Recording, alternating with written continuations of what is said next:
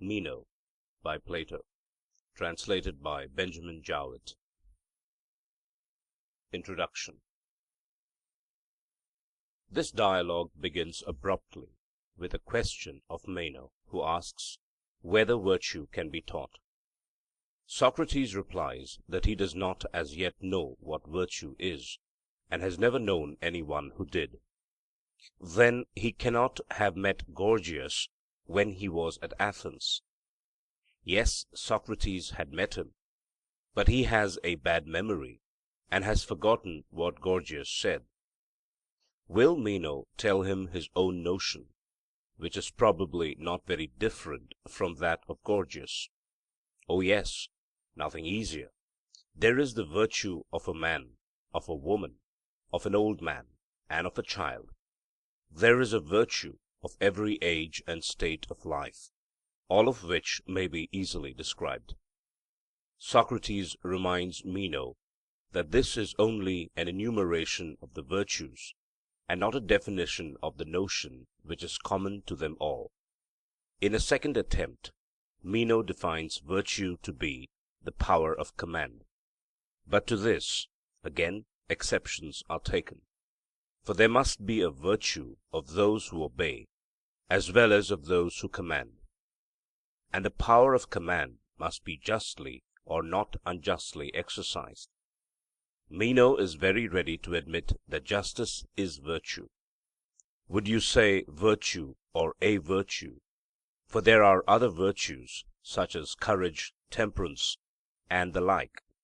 Just as round is a figure, and black and white are colors, and yet there are other figures and other colors. Let Meno take the examples of figure and color, and try to define them. Meno confesses his inability, and after a process of interrogation, in which Socrates explains to him the nature of a simile in multis, Socrates himself defines figure as the accompaniment of color. But some one may object that he does not know the meaning of the word color, and if he is a candid friend and not a mere disputant, Socrates is willing to furnish him with a simpler and more philosophical definition, into which no disputed word is allowed to intrude. Figure is the limit of form. Meno imperiously insists that he must still have a definition of color. Some raillery follows, and at length Socrates is induced to reply that color is the effluence of form, sensible and in due proportion to the sight. This definition is exactly suited to the taste of Meno, who welcomes the familiar language of Gorgias and Empedocles. Socrates is of the opinion that the more abstract or dialectical definition of figure is far better. Now that Meno has been made to understand the nature of a general definition, he answers in the spirit of a Greek gentleman, and in the words of a poet, that virtue is to delight in things honorable, and to have the power of getting them. This is a nearer approximation than he has yet made to a complete definition, and, regarded as a piece of proverbial or popular morality, is not far from the truth. But the objection is urged that the honorable is the good, and as every one equally desires the good, the point of the definition is contained in the words, the power of getting them, and they must be got justly or with justice. The definition will then stand thus: virtue is the power of getting good with justice, but justice is a part of virtue, and therefore virtue is the getting of good with a part of virtue. The definition repeats the word defined. Meno complains that the conversation of Socrates has the effect of a torpedo's shock upon him. When he talks with other persons, he has plenty to say about virtue. In the presence of Socrates, his thoughts desert him. Socrates replies that he is only the cause of perplexity in others, because he is himself perplexed. He proposes to continue the enquiry. But how, asks Meno, can he enquire either into what he knows or into what he does not know? This is a sophisticated puzzle, which, as Socrates remarks, saves a great deal of trouble to him who accepts it. But the puzzle has a real difficulty latent under it, to which Socrates will endeavor to find a reply. The difficulty is the origin of knowledge. He has heard from priests and priestesses, and from the poet Pindar, of an immortal soul which is born again and again in successive periods of existence, returning into this world where she has paid the penalty of ancient crime, and, having wandered over all places of the upper and under world, and seen and known all things at one time or other, is by association out of one thing capable of recovering all. For nature is of one kindred, and every soul has a seed or germ which may be developed into all knowledge. The existence of this latent knowledge is further proved by the interrogation of one of Meno's slaves, who in the skilful hands of Socrates is made to acknowledge some elementary relations of geometrical figures. The theorem that the square of the diagonal is double the square of the side, that famous discovery of primitive mathematics, in honor of which the legendary Pythagoras is said to have sacrificed a hecatomb, is elicited from him. The first step in the process of teaching has made him conscious of his own ignorance. He has had the torpedo's shock given him, and is the better for the operation. But whence had the uneducated man this knowledge? He had never learnt geometry in this world, nor was it born with him. He must therefore have had it when he was not a man. And as he always either was or was not a man, he must have always had it. Compare Phaedo. After Socrates has given this specimen of the true nature of teaching, the original question of the teachableness of virtue is renewed. Again he professes a desire to know what virtue is first, but he is willing to argue the question, as mathematicians say, under an hypothesis. He will assume that if virtue is knowledge, then virtue can be taught. This was the stage of the argument at which Protagoras concluded. Socrates has no difficulty in showing that virtue is good, and that goods, whether of body or mind, must be under the direction of knowledge. Upon the assumption just made, then, virtue is teachable. But where are the teachers? There are none to be found. This is extremely discouraging. Virtue is no sooner discovered to be teachable than the discovery follows that it is not taught. Virtue, therefore, is and is not teachable. In this dilemma an appeal is made to Anytus, a respectable and well-to-do citizen of the old school, and a family friend of Meno, who happens to be present. He is asked whether Meno shall go to the Sophists and be taught. The suggestion throws him into a rage. To whom, then, shall Meno go? asks Socrates. To any Athenian gentleman, to the great Athenian statesman of past times. Socrates replies here as elsewhere, lashes Protagoras, that Themistocles, Pericles, and other great men had sons to whom they would surely, if they could have done so, have imparted their own political wisdom. But no one ever heard that these sons of theirs were remarkable for anything except riding and wrestling and similar accomplishments. Anytus is angry at the imputation which is cast on his favourite statesman, and on a class to which he supposes himself to belong. He breaks off with a significant hint.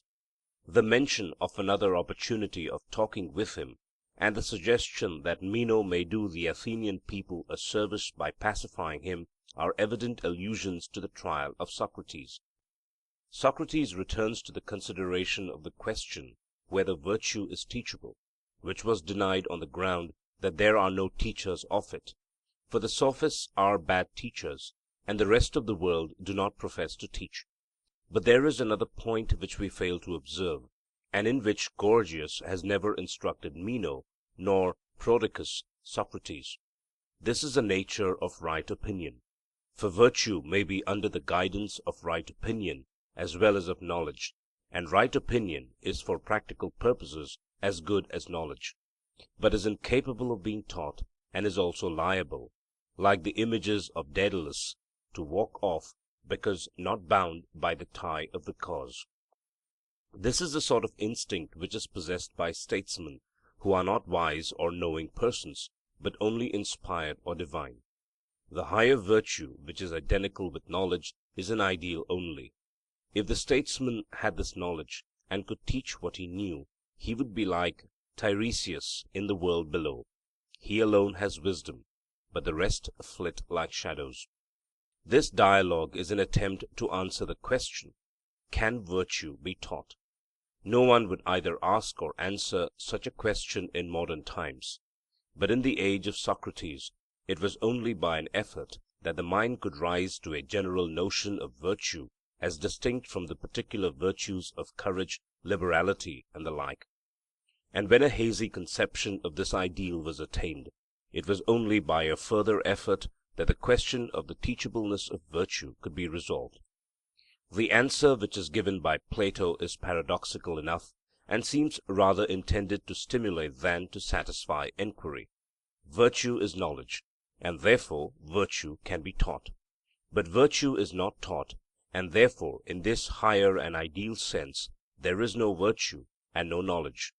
The teaching of the Sophists is confessedly inadequate, and Meno, who is their pupil, is ignorant of the very nature of general terms.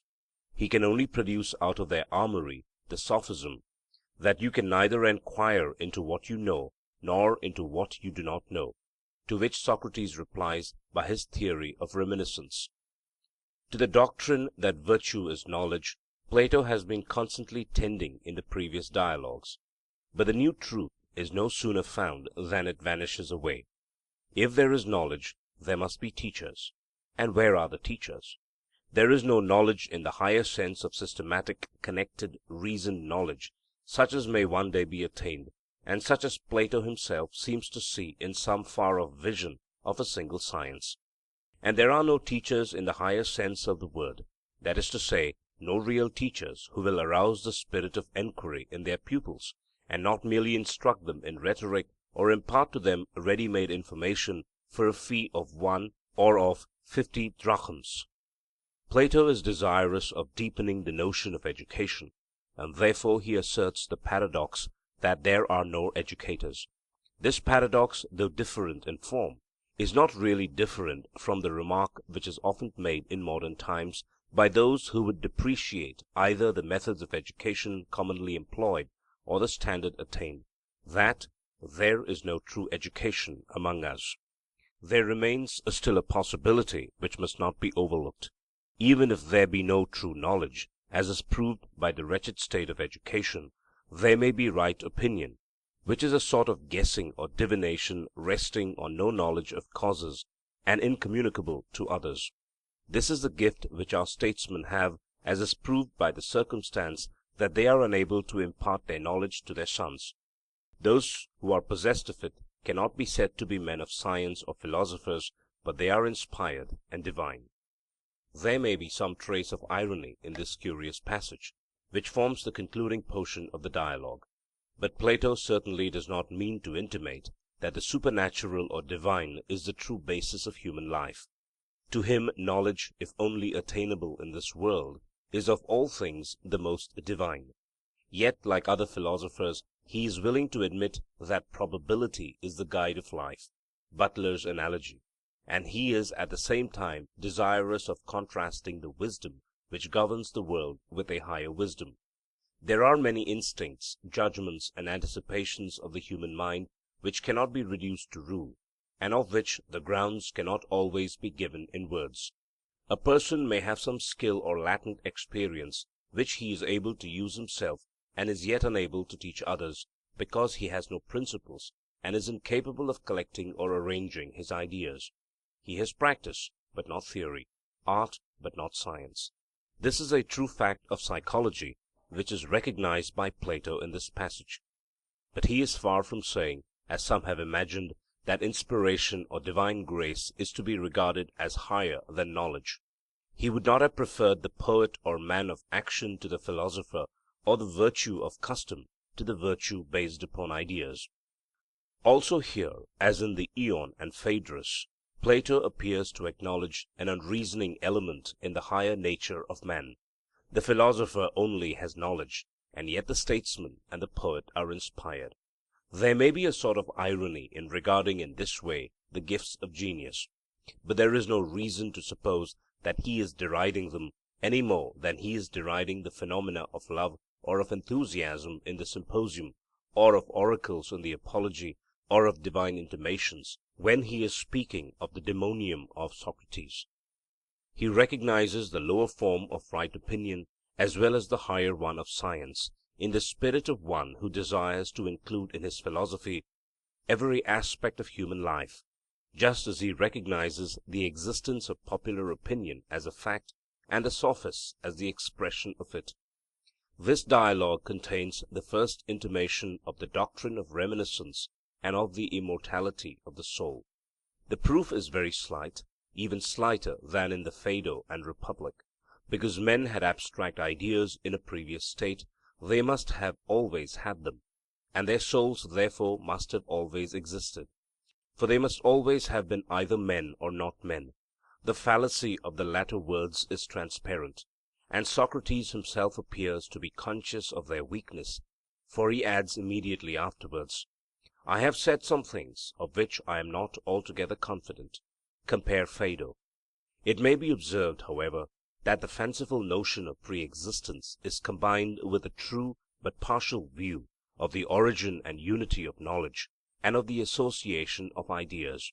Knowledge is prior to any particular knowledge, and exists not in the previous state of the individual, but of the race. It is potential, not actual, and can only be appropriated by strenuous exertion. The idealism of Plato is here presented in a less developed form than in the Phaedo or Phaedrus. Nothing is said of the pre-existence of ideas of justice, temperance, and the like. Nor is Socrates positive of anything but the duty of enquiry. The doctrine of reminiscence too is explained more in accordance with fact and experience, as arising out of the affinities of nature. Ate tes thusios oles sugenios ausis. Modern philosophy says that all things in nature are dependent on one another. The ancient philosopher had the same truth latent in his mind when he affirmed that out of one thing all the rest may be recovered. The subjective was converted by him into an objective. The mental phenomenon of the association of ideas, compare Phaedo, became a real chain of existences. The germs of two valuable principles of education may also be gathered from the words of priests and priestesses. 1. That true knowledge is a knowledge of causes, compare Aristotle's theory of episteme. And 2. That the process of learning consists not in what is brought to the learner, but in what is drawn out of him. Some lesser points of the dialogue may be noted, such as 1. The acute observation that Meno prefers the familiar definition, which is embellished with poetical language, to the better and truer one, or 2. The shrewd reflection, which may admit of an application to modern as well as to ancient teachers, that the sophists having made large fortunes, this must surely be a criterion of their powers of teaching, for that no man could get a living by shoemaking who was not a good shoemaker. Or 3. The remark conveyed, almost in a word, that the verbal sceptic is saved the labor of thought and enquiry, odin dai to toioto zetesios. Characteristic also of the temper of the Socratic enquiry is 4. The proposal to discuss the teachableness of virtue under an hypothesis, after the manner of the mathematician, and 5. The repetition of the favorite doctrine which occurs so frequently in the earlier and more Socratic dialogues, and gives a color to all of them, that mankind only desire evil through ignorance. 6. The experiment of eliciting from the slave boy the mathematical truth which is latent in him. And 7. The remark that he is all the better for knowing his ignorance. The character of Meno, like that of Critias, has no relation to the actual circumstances of his life. Plato is silent about his treachery to the 10,000 Greeks which Xenophon has recorded, as he is also silent about the crimes of Critias. He is a Thessalian Alcibiades, rich and luxurious, a spoiled child of fortune, and is described as the hereditary friend of the great king. Like Alcibiades, he is inspired with an ardent desire of knowledge, and is equally willing to learn of Socrates and of the Sophists. He may be regarded as standing in the same relation to Gorgias as Hippocrates in the Protagoras to the other great sophist. He is the sophisticated youth on whom Socrates tries his cross-examining powers, just as in the Charmides, the Lysis, and the Euthydemus, ingenuous boyhood is made the subject of a similar experiment. He is treated by Socrates in a half playful manner suited to his character. At the same time he appears not quite to understand the process to which he is being subjected. For he is exhibited as ignorant of the very elements of dialectics in which the Sophists have failed to instruct their disciple. His definition of virtue as the power and desire of attaining things honourable, like the first definition of justice in the Republic, is taken from a poet. His answers have a sophisticated ring, and at the same time show the sophistical incapacity to grasp a general notion. Anytus is the type of the narrow-minded man of the world, who is indignant at innovation, and equally detests the popular teacher and the true philosopher. He seems, like Aristophanes, to regard the new opinions, whether of Socrates or the Sophists, as fatal to Athenian greatness. He is of the same class as Callicles in the Gorgias, but of a different variety. The immoral and sophistical doctrines of Callicles are not attributed to him. The moderation with which he is described is remarkable, if he be the accuser of Socrates, as is apparently indicated by his parting words. Perhaps Plato may have been desirous of showing that the accusation of Socrates was not to be attributed to badness or malevolence, but rather to a tendency in men's minds. Or he may have been regardless of the historical truth of the characters of his dialogue, as in the case of Meno and Critias. Like Chaerephon, Apoll, the real Anytus was a democrat, and had joined Thrasybulus in the conflict with the 30. The Protagoras arrived at a sort of hypothetical conclusion, that if virtue is knowledge it can be taught. In the Euthydemus, Socrates himself offered an example of the manner in which the true teacher may draw out the mind of youth. This was in contrast to the quibbling follies of the Sophists. In the Meno, the subject is more developed, the foundations of the enquiry are laid deeper, and the nature of knowledge is more distinctly explained. There is a progression by antagonism of two opposite aspects of philosophy. But at the moment when we approach nearest, the truth doubles upon us and passes out of our reach. We seem to find that the ideal of knowledge is irreconcilable with experience. In human life there is indeed the profession of knowledge, but right opinion is our actual guide. There is another sort of progress from the general notions of Socrates, who asked simply, what is friendship?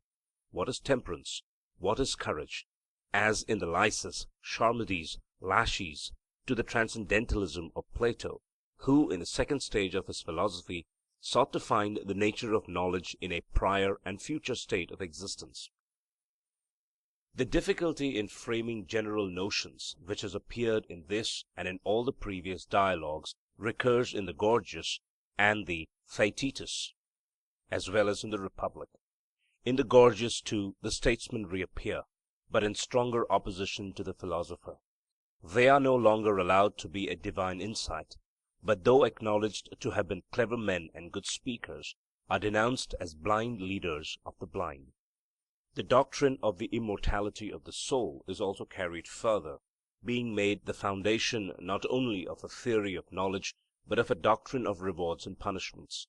In the Republic the relation of knowledge to virtue is described in a manner more consistent with modern distinctions.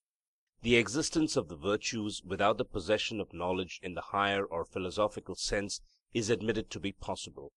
Right opinion is again introduced in the Theaetetus as an account of knowledge, but is rejected on the ground that it is irrational, as here, because it is not bound by the tie of the cause, and also because the conception of false opinion is given up as hopeless. The doctrines of Plato are necessarily different at different times of his life, as new distinctions are realized, or new stages of thought attained by him. We are not therefore justified, in order to take away the appearance of inconsistency, in attributing to him hidden meanings or remote allusions. There are no external criteria by which we can determine the date of the Meno. There is no reason to suppose that any of the dialogues of Plato were written before the death of Socrates.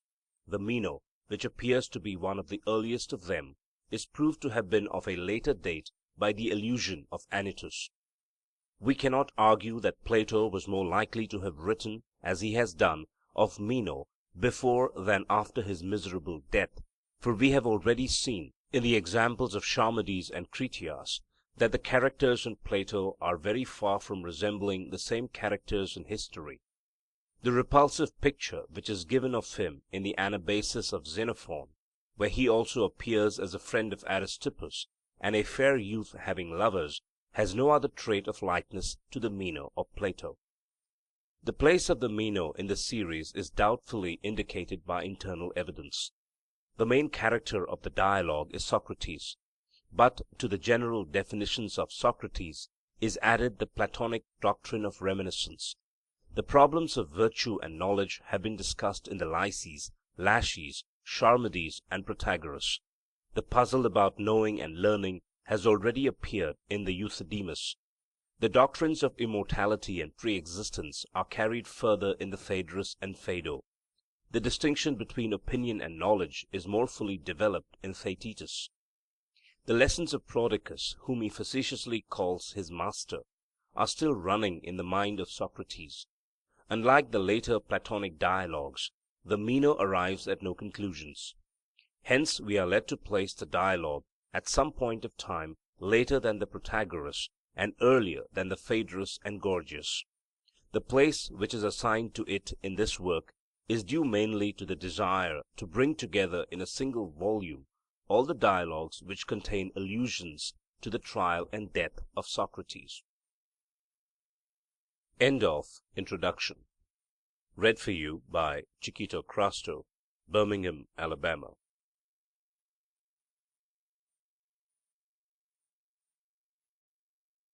Meno by Plato. Translated by Benjamin Jowett. Section 2. On the ideas of Plato. Plato's doctrine of ideas has attained an imaginary clearness and definiteness which is not to be found in his own writings. The popular account of them is partly derived from one or two passages in his dialogues interpreted without regard to their poetical environment. It is due also to the misunderstanding of him by the Aristotelian school, and the erroneous notion has been further narrowed and has become fixed by the realism of the schoolmen. This popular view of the Platonic ideas may be summed up in some such formula as the following: Truth consists not in particulars but in universals, which have a place in the mind of God, or in some far off heaven. These were revealed to men in a former state of existence, and are recovered by reminiscence, anamnesis, or association from sensible things. The sensible things are not realities, but shadows only, in relation to the truth.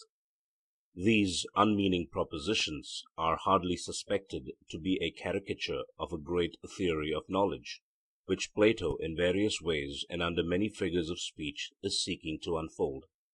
Poetry has been converted into dogma, and it is not remarked that the Platonic ideas are to be found only in about a third of Plato's writings, and are not confined to him. The forms which they assume are numerous, and if taken literally, inconsistent with one another. At one time we are in the clouds of mythology, at another among the abstractions of mathematics or metaphysics. We pass imperceptibly from one to the other. Reason and fancy are mingled in the same passage. The ideas are sometimes described as many, coextensive with the universals of sense, and also with the first principles of ethics. Or again they are absorbed into the single idea of good, and subordinated to it. They are not more certain than facts, but they are equally certain. Phaedo. They are both personal and impersonal. They are abstract terms. They are also the causes of things, and they are even transformed into the demons or spirits by whose help God made the world. And the idea of good republic may without violence be converted into the Supreme Being, who, because he was good, created all things. Timothy. It would be a mistake to try and reconcile these differing modes of thought. They are not to be regarded seriously as having a distinct meaning. They are parables, prophecies, myths, symbols, revelations, aspirations after an unknown world. They derive their origin from a deep religious and contemplative feeling, and also from an observation of curious mental phenomena.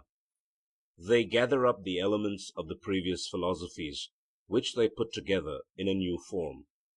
Their great diversity shows the tentative character of early endeavors to think. They have not yet settled down into a single system. Plato uses them, though he also criticizes them. He acknowledges that both he and others are always talking about them, especially about the idea of good. And they are not peculiar to himself. Phaedo, Republic, Sophocles. But in his later writings he seems to have laid aside the old forms of them, as he proceeds to make for himself new modes of expression more akin to the Aristotelian logic. Yet amid all these varieties and incongruities, there is a common meaning of spirit which pervades his writings, both those in which he treats of the ideas and those in which he is silent about them. This is the spirit of idealism, which in the history of philosophy has had many names and taken many forms, and has in a measure influenced those who seem to be most averse to it. It has often been charged with inconsistency and fancifulness, and yet has had an elevating effect on human nature, and has exercised a wonderful charm and interest over a few spirits who have been lost in the thought of it. It has been banished again and again, but has always returned. It has attempted to leave the earth and soar heavenwards, but soon has found that only in experience could any solid foundation of knowledge be laid. It has degenerated into pantheism, but has again emerged. No other knowledge has given an equal stimulus to the mind. It is the science of sciences, which are also ideas, and under either aspect require to be defined. They can only be thought of in due proportion when conceived in relation to one another. They are the glasses through which the kingdoms of science are seen, but at a distance. All the greatest minds, except when living in an age of reaction against them, have unconsciously fallen under their power. The account of the Platonic ideas in the Meno is the simplest and clearest, and we shall best illustrate their nature by giving this first and then comparing the manner in which they are described elsewhere, example, in the Phaedrus, Phaedo, Republic, to which may be added the criticism of them in the Parmenides, the personal form which is attributed to them in the Timaeus, the logical character which they assume in the Sophist and the Philebus, and the allusion to them in the Laws. In the Cratylus they dawn upon him with the freshness of a newly discovered thought. The Meno goes back to a former state of existence in which men did and suffered good and evil, and received the reward or punishment of them until their sin was purged away and they were allowed to return to earth. This is a tradition of the olden time, to which priests and poets bear witness. The souls of men returning to earth bring back a latent memory of ideas which were known to them in a former state. The recollection is awakened into life and consciousness by the sight of the things which resemble them on earth. The soul evidently possesses such innate ideas before she has had time to acquire them. This is proved by an experiment tried on one of Meno's slaves, from whom Socrates elicits truths of arithmetic and geometry which he has never learned in this world. He must therefore have brought them with him from another. The notion of a previous state of existence is found in the verse of Empedocles, and in the fragments of Heraclitus. It was the natural answer to two questions: whence came the soul? What is the origin of evil? And prevailed far and wide in the East. It found its way into Hellas, probably through the medium of Orphic and Pythagorean rites and mysteries. It was easier to think of a former than of a future life, because such a life has really existed for the race though not for the individual, and all men come into the world, if not trailing clouds of glory, at any rate able to enter into the inheritance of the past. In the Phaedrus, as well as in the Meno, it is the former rather than a future life on which Plato is disposed to dwell. There the gods and men following in their train go forth to contemplate the heavens, and are borne around in the revolutions of them. There they see the divine forms of justice, temperance, and the like, in their unchangeable beauty, but not without an effort more than human. The soul of man is likened to a charioteer and two steeds, one mortal, the other immortal. The charioteer and the mortal steed are in a fierce conflict. At length the animal principle is finally overpowered, though not extinguished, by the combined energies of the passionate and rational elements. This is one of those passages in Plato which, partaking both of a philosophical and poetical character, is necessarily indistinct and inconsistent. The magnificent figure under which the nature of the soul is described has not much to do with the popular doctrine of the ideas. Yet there is one little trait in the description which shows that they are present to Plato's mind, namely the remark that the soul, which has seen the truths in the form of the universal, cannot again return to the nature of an animal. In the Phaedo, as in the Meno, the origin of ideas is sought for in a previous state of existence. There was no time when they could have been acquired in this life, and therefore they must have been recovered from another. The process of recovery is no other than the ordinary law of association, by which in daily life the sight of one thing or person recalls another to our minds, and by which, in scientific enquiry, from any part of knowledge we may be led on to infer the whole. It is also argued that ideas, or rather ideals, must be derived from a previous state of existence, because they are more perfect than the sensible forms of them which are given by experience. But in the Phaedo, the doctrine of ideas is subordinate to the proof of the immortality of the soul.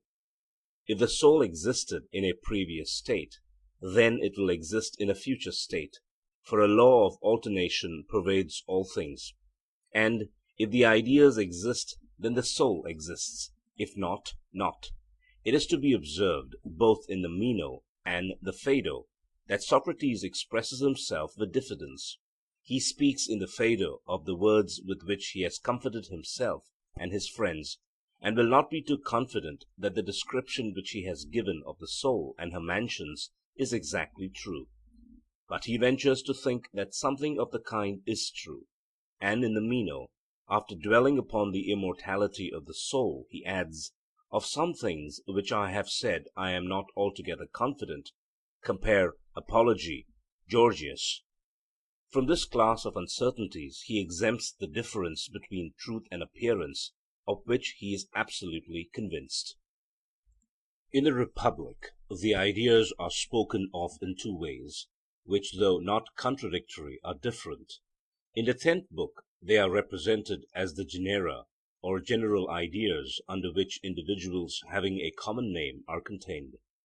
For example, there is the bed which the carpenter makes, the picture of the bed which is drawn by the painter, the bed existing in nature of which God is the author. Of the latter all visible beds are only the shadows or reflections. This and similar illustrations or explanations are put forth, not for their own sake, or as an exposition of Plato's theory of ideas, but with a view of showing that poetry and the mimetic arts are concerned with an inferior part of the soul and a lower kind of knowledge. On the other hand, in the sixth and seventh books of the Republic we reach the highest and most perfect conception, which Plato is able to attain, of the nature of knowledge. The ideas are now finally seen to be one as well as many, causes as well as ideas, and to have a unity which is the idea of good and the cause of all the rest. They seem, however, to have lost their first aspect of universals under which individuals are contained, and to have been converted into forms of another kind, which are inconsistently regarded from the one side as images or ideals of justice, temperance, holiness, and the like, from the other are hypotheses or mathematical truths or principles. In the Timaeus, which is the series of Plato's works immediately follows the Republic, though probably written some time afterwards, no mention occurs of the doctrine of ideas. Geometrical forms and arithmetical ratios furnish the laws according to which the world is created. But though the conception of the ideas as genera or species is forgotten or laid aside, the distinction of the visible and intellectual is as firmly maintained as ever. The idea of good likewise disappears, and is superseded by the conception of a personal God, who works according to a final cause or principle of goodness which he himself is. No doubt is expressed by Plato, either in the Timaeus or in any other dialogue, of the truths which he conceives to be the first and highest. It is not the existence of God or the idea of good which he approaches in a tentative or hesitating manner, but the investigations of physiology. These he regards not seriously as a part of philosophy, but as an innocent recreation. Timothy. Passing on to the Parmenides, we find in that dialogue not an exposition or defense of the doctrine of ideas, but an assault upon them, which is put into the mouth of the veteran Parmenides, and might be ascribed to Aristotle himself or to one of his disciples. The doctrine which is assailed takes two or three forms, but fails in any of them to escape the dialectical difficulties which are urged against it. It is admitted that there are ideas of all things, but the manner in which individuals partake of them, whether of the whole or of the part, and in which they become like them, or how ideas can be either within or without the sphere of human knowledge, or how the human and divine can have any relation to each other, is held to be incapable of explanation. And yet, if there are no universal ideas, what becomes of philosophy? Parmenides. In the Sophist the theory of ideas is spoken of as a doctrine held not by Plato, but by another set of philosophers called the friends of ideas, probably the Megarians, who are very distinct from him, if not opposed to him, Sophist. Nor in what may be termed Plato's abridgment of the history of philosophy, Sophocles, is any mention made, such as we find in the first book of Aristotle's Metaphysics, of the derivation of such a theory, or any part of it from the Pythagoreans, the Eleatics, the Heracliteans, or even from Socrates. In the Philebus, probably one of the latest of the Platonic dialogues, the conception of a personal or semi-personal deity, expressed under the figure of mind, the king of all, who is also the cause, is retained. The one and many of the Phaedrus and Theaetetus is still working in the mind of Plato, and the correlation of ideas, not of all with all, but of some with some, is asserted and explained. But they are spoken of in a different manner, and are not supposed to be recovered from a former state of existence. The metaphysical conception of truth passes into a psychological one, which is continued in the Laws and in the final form of the Platonic philosophy, so far as can be gathered from his own writings. See especially Laws. In the Laws he harps once more on the old string, and returns to general notions. These he acknowledges to be many, and yet he insists that they are also one. The guardian must be made to recognize the truth, for which he has contended long ago in the Protagoras, that the virtues are four, but they are also in the sense one. Laws. Compare Protagoras.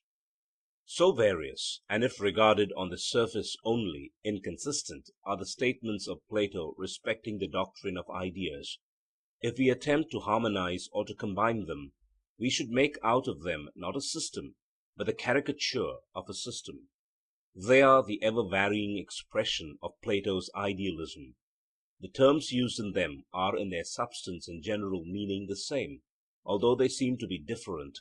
They pass from the subject to the object, from the earth (diesseits) to heaven (jenseits), without a regard to the gulf which later theology and philosophy have made between them. They are also intended to supplement or explain each other. They relate to a subject of which Plato himself would have said he was not confident of the precise form of his own statements, but was strong in the belief that something of the kind was true. It is the spirit, not the letter, in which they agree, the spirit which places the divine above the human, the spiritual above the material, the one above the many, the mind before the body. The stream of ancient philosophy in the Alexandrian and Roman times widens into a lake or sea, and then disappears underground to reappear after many ages in a distant land. It begins to flow again under new conditions, at first confined between high and narrow banks, but finally spreading over the continent of Europe. It is and is not the same with ancient philosophy. There is a great deal in modern philosophy which is inspired by ancient. There is much in ancient philosophy which was born out of due time, and before men were capable of understanding it. To the fathers of modern philosophy their own thoughts appeared to be new and original, but they carried with them an echo or shadow of the past, coming back by recollection from an elder world. Of this the enquirers of the 17th century, who to themselves appeared to be working out independently the inquiry into all truth, were unconscious. They stood in a new relation to theology and natural philosophy, and for a time maintained towards both an attitude of reserve and separation. Yet the similarities between the modern and ancient thought are greater far than the differences. All philosophy, even that part of it which is said to be based upon experience, is really ideal, and ideas are not only derived from facts, but they are also prior to them and extend far beyond them, just as the mind is prior to the senses.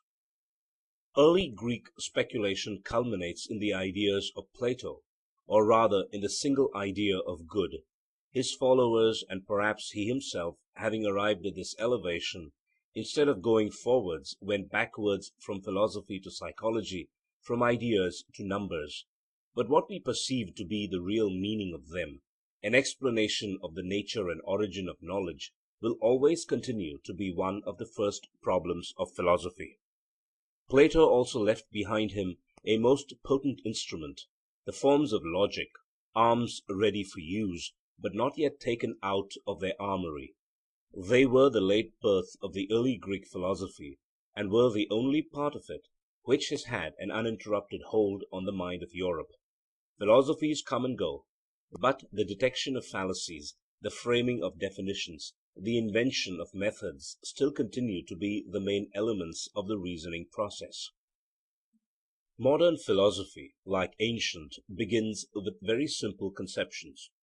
It is almost wholly a reflection on self. It might be described as a quickening into life of old words and notions latent in the semi-barbarous Latin, and putting a new meaning into them. Unlike ancient philosophy, it has been unaffected by impressions derived from outward nature. It arose within the limits of the mind itself. From the time of Descartes to Hume and Kant, it has had little or nothing to do with facts of science. On the other hand, the ancient and medieval logic retained a continuous influence over it, and a form like that of mathematics was easily impressed upon it. The principle of ancient philosophy which is most apparent in it is skepticism. We must doubt nearly every traditional or received notion, that we may hold fast one or two. The being of God in a personal or impersonal form was a mental necessity to the first thinkers of modern times. From this alone all other ideas could be deduced. There had been an obscure presentiment of cognito ergo sum more than 2000 years previously. The Eleatic notion that being and thought were the same was revived in a new form by Descartes. But now it gave birth to consciousness and self-reflection. It awakened the ego in human nature. The mind, naked and abstract, has no other certainty but the conviction of its own existence. I think, therefore I am. And this thought is God thinking in me, who has also communicated to the reason of man his own attributes of thought and extension. These are truly imparted to him because God is true. Compare Republic. It has been often remarked that Descartes, having begun by dismissing all presuppositions, introduces several. He passes almost at once from skepticism to dogmatism. It is more important for the illustration of Plato to observe that he, like Plato, insists that God is true and incapable of deception (Republic), that he proceeds from general ideas, that many elements of mathematics may be found in him. A certain influence of mathematics both on the form and substance of their philosophy is discernible in both of them.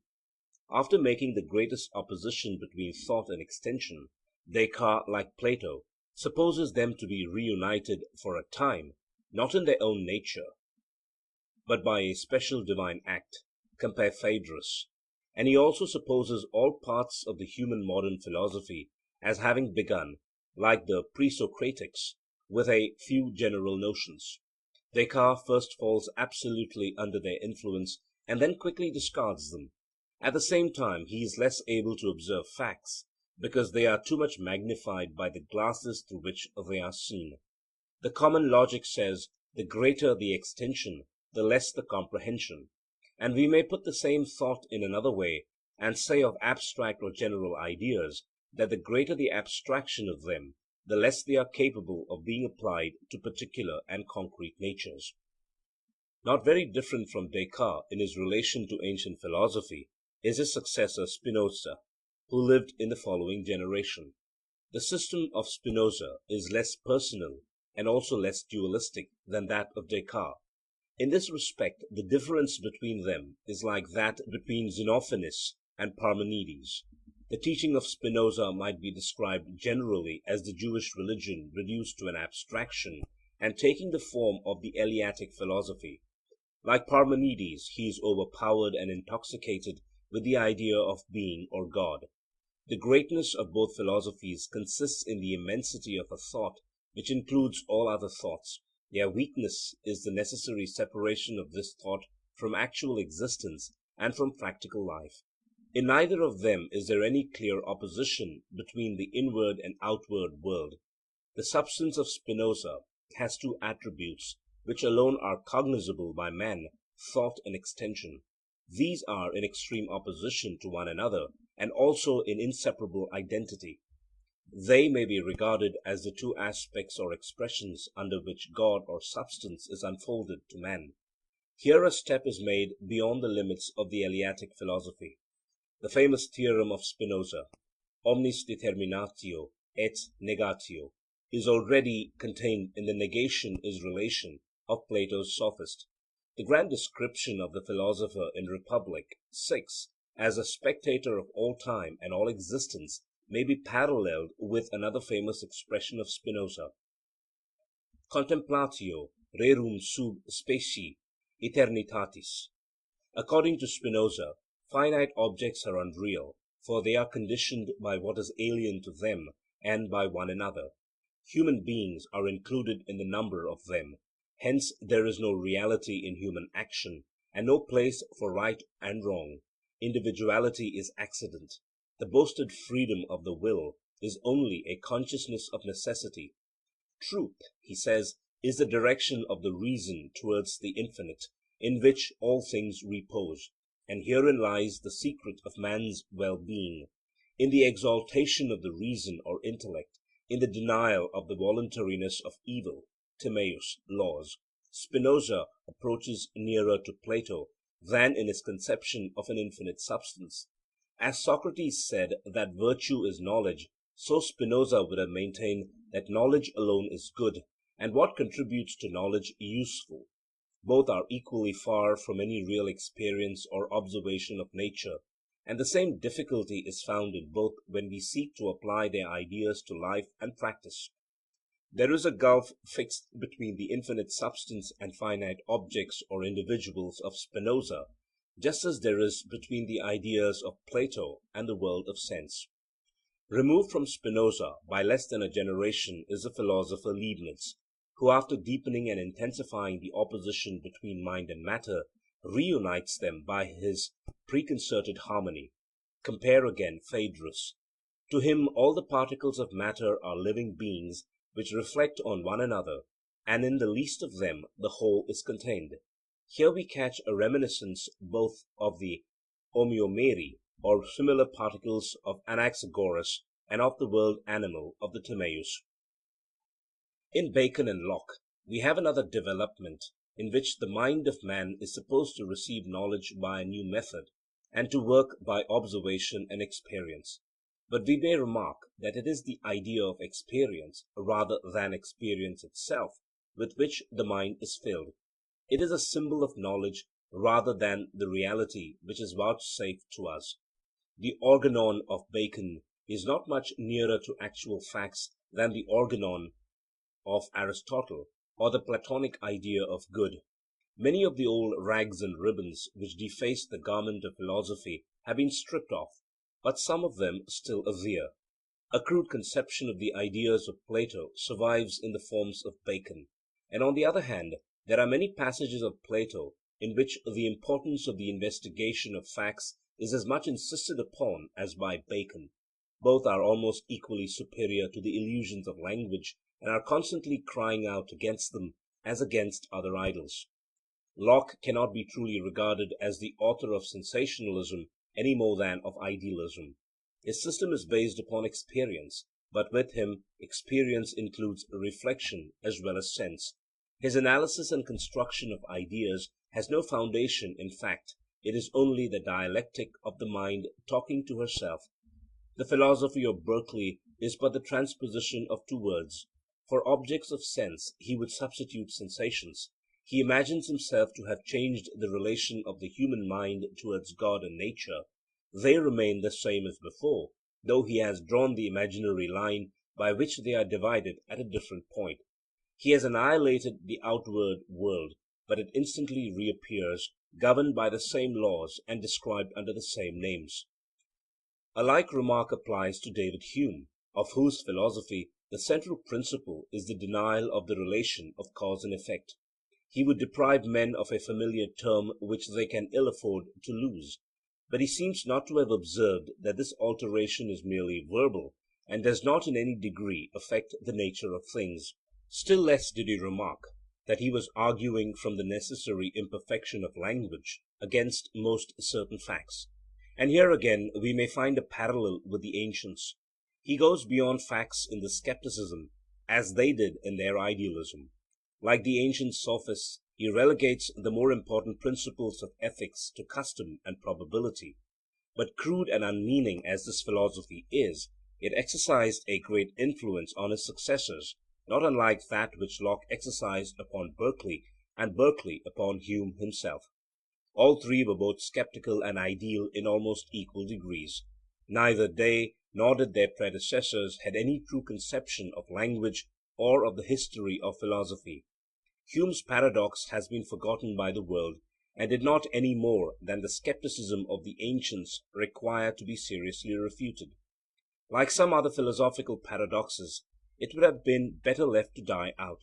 It certainly could not be refuted by a philosophy such as Kant's, in which, no less than in the previously mentioned systems, the history of the human mind and the nature of language are almost wholly ignored, and the certainty of objective knowledge is transferred to the subject, while absolute truth is reduced to a figment, more abstract and narrow than Plato's ideas of thing in itself, to which, if we reason strictly, no predicate can be applied.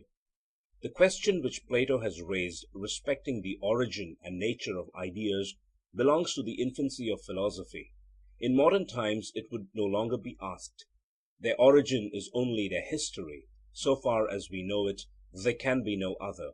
We may trace them in language, in philosophy, in mythology, in poetry, but we cannot argue a priori about them. We may attempt to shake them off, but they are always returning, and in every sphere of science and human action are tending to go beyond facts. They are thought to be innate, because they have been familiar to us all our lives, and we can no longer dismiss them from our mind. Many of them express relations of terms to which nothing exactly, or nothing at all in rerum natura corresponds. We are not such free agents in the use of them as we sometimes imagine. Fixed ideas have taken the most complete possession of some thinkers who have been most determined to renounce them, and have been vehemently affirmed when they could least be explained and were incapable of proof. The world has often been led away by a word to which no distinct meaning could be attached. Abstractions such as authority, equality, utility, liberty, pleasure, experience, consciousness, chance, substance, matter, atom, and a heap of other metaphysical and theological terms, are the source of quite as much error and illusion, and have as little relation to actual facts as the ideas of Plato. Few students of theology or philosophy have sufficiently reflected how quickly the bloom of a philosophy passes away, or how hard it is for one age to understand the writings of another, or how nice a judgment is required of those who are seeking to express the philosophy of one age in terms of another. The eternal truths of which metaphysicians speak have hardly ever lasted more than a generation. In our own day, schools or systems of philosophy which have once been famous have died before the founders of them. We are still, as in Plato's age, groping about for a new method more comprehensive than any of those which now prevail, and also more permanent. And we seem to see at a distance the promise of such a method, which can hardly be any other than the method of idealized experience, having roots which strike far down into the history of philosophy. It is a method which does not divorce the present from the past, or the part from the whole, or the abstract from the concrete, or theory from fact, or the divine from the human, or one science from another, but labors to connect them. Along such a road we have proceeded a few steps, sufficient perhaps to make us reflect on the want of method which prevails in our own day. In another age all the branches of knowledge, whether relating to God or man or nature, will become the knowledge of the revelation of a single science, and all things, like stars in heaven, will shed their light upon one another. End of section 2 on the ideas of Plato. Read for you by Chiquito Crasto, Birmingham, Alabama.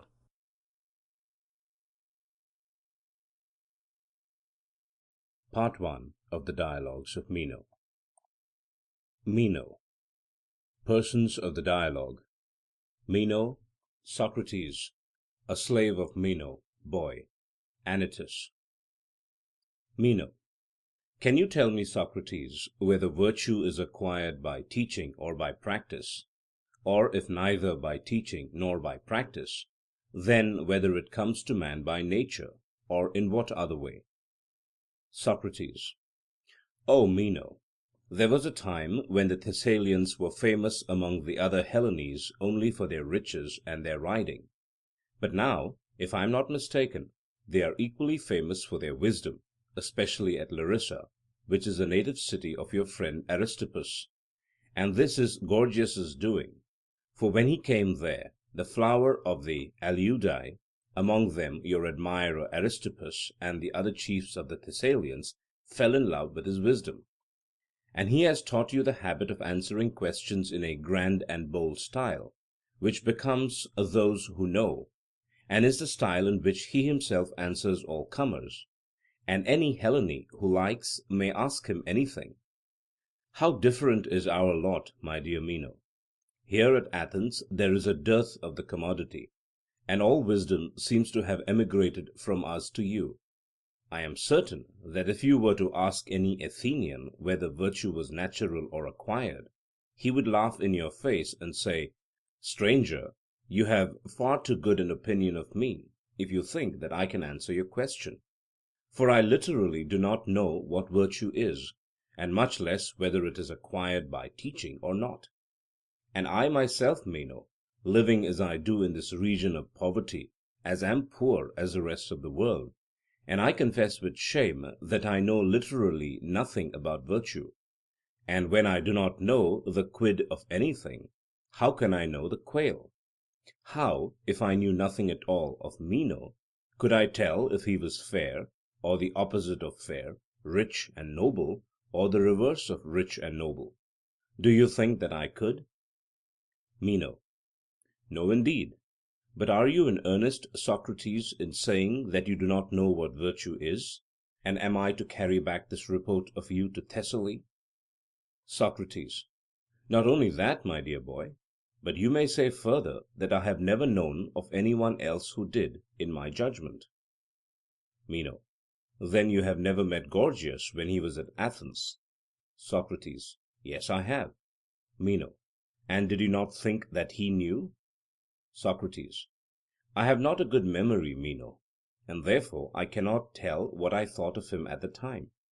And I dare say that he did know, and that you know what he said. Please, therefore, to remind me of what he said, or, if you would rather, tell me your own view, for I suspect that you and he think much alike. Meno: Very true. Socrates: Then, as he is not here, never mind him, and do you tell me. By the gods, Meno, be generous, and tell me what you say that virtue is, for I shall be truly delighted to find that I have been mistaken, and that you and Gorgias do really have this knowledge, although I have been just saying that I have never found anybody who had. Meno: There will be no difficulty, Socrates, in answering your question. Let us take first the virtue of a man. He should know how to administer the state, and in the administration of it to benefit his friends and harm his enemies, and he must also be careful not to suffer harm himself. A woman's virtue, if you wish to know about that, may also be easily described. Her duty is to order her house, and keep what is indoors, and obey her husband. Every age, every condition of life, young or old, male or female, bond or free, has a different virtue. There are virtues numberless, and no lack of definitions of them, for virtue is relative to the actions and ages of each of us in all that we do, and that the same may be said of vice. Socrates: Compare Aristotle's Paul. Socrates: How fortunate I am, Meno! When I ask you for one virtue, you present me with a swarm of them. Compare Theat. Which are in your keeping? Suppose that I carry on the figure of the swarm, and ask of you, what is the nature of the bee? And you answer that there are many kinds of bees, and I reply, but do bees differ as bees, because there are many and different kinds of them, or are they not rather to be distinguished by some other quality, as for example beauty, size, or shape? How would you answer me? Meno: I should answer that bees do not differ from one another, as bees. Socrates: And if I went on to say, that is what I desire to know, Meno. Tell me, what is the quality in which they do not differ, but are all alike? Would you be able to answer? Meno: I should. Socrates: And so of the virtues, however many and different they may be, they have all a common nature which makes them virtues, and on this he who would answer the question, what is virtue, would do well to have his eye fixed. Do you understand? Meno: I am beginning to understand, but I do not as yet take hold of the question as I could wish. Socrates: When you say, Meno, that there is one virtue of a man, another of a woman, another of a child, and so on, does this apply only to virtue, or would you say the same of health and size and strength? Or is the nature of health always the same, whether in man or woman? Meno: I should say that health is the same, both in man and woman. Socrates: And is not this true of size and strength? If a woman is strong, she will be strong by reason of the same form and of the same strength subsisting in her which there is in the man. I mean to say that strength as strength, whether of man or woman, is the same. Is there any difference? Meno: I think not. Socrates. And will not virtue as virtue be the same, whether in a child or in a grown up person, in a woman or in a man? Meno. I cannot help feeling, Socrates, that this case is different from the others. Socrates. But why? Were you not saying that the virtue of a man was to order a state, and the virtue of a woman was to order a house? Meno. I did say so. Socrates. And can either house or state or anything be well ordered without temperance and without justice? Meno. Certainly not. Socrates. Then they who order a state or a house temperately or justly order them with temperance and justice? Meno. Certainly. Socrates. Then both men and women, if they are to be good men and women, must have the same virtues of temperance and justice? Meno. True. Socrates. And can either a young man or an elder one be good, if they are intemperate and unjust? Meno. They cannot. Socrates. They must be temperate and just? Meno. Yes. Socrates. Then all men are good in the same way, and by participation in the same virtues? Meno. Such is the inference. Socrates. And they surely would not have been good in the same way, unless their virtue had been the same? Meno. They would not. Socrates. Then now that the sameness of all virtue has been proven, try and remember what you and Gorgias say that virtue is. Meno. Will you have one definition of them all? Socrates. That is what I am seeking. Meno. If you want to have one definition of them all, I know not what to say, but that virtue is the power of governing mankind. Socrates. And does this definition of virtue include all virtue? Is virtue the same in a child and in a slave? Meno. Can the child govern his father, or the slave his master? And would he who governed be any longer a slave? Meno. I think not, Socrates. Socrates. No, indeed. There would be small reason in that. Yet once more, fair friend, according to you, virtue is the power of governing. But do you not add justly and not unjustly? Meno. Yes, Socrates, I agree there, for justice is virtue. Socrates. Would you say virtue, Meno, or a virtue? Meno. What do you mean? Socrates. I mean as I might say about anything, that a round, for example, is a figure and not simply figure, and I should adopt this mode of speaking because there are other figures. Meno. Quite right. And that is just what I am saying about virtue, that there are other virtues as well as justice. Socrates. What are they? Tell me the names of them, as I would tell you the names of other figures if you asked me. Meno.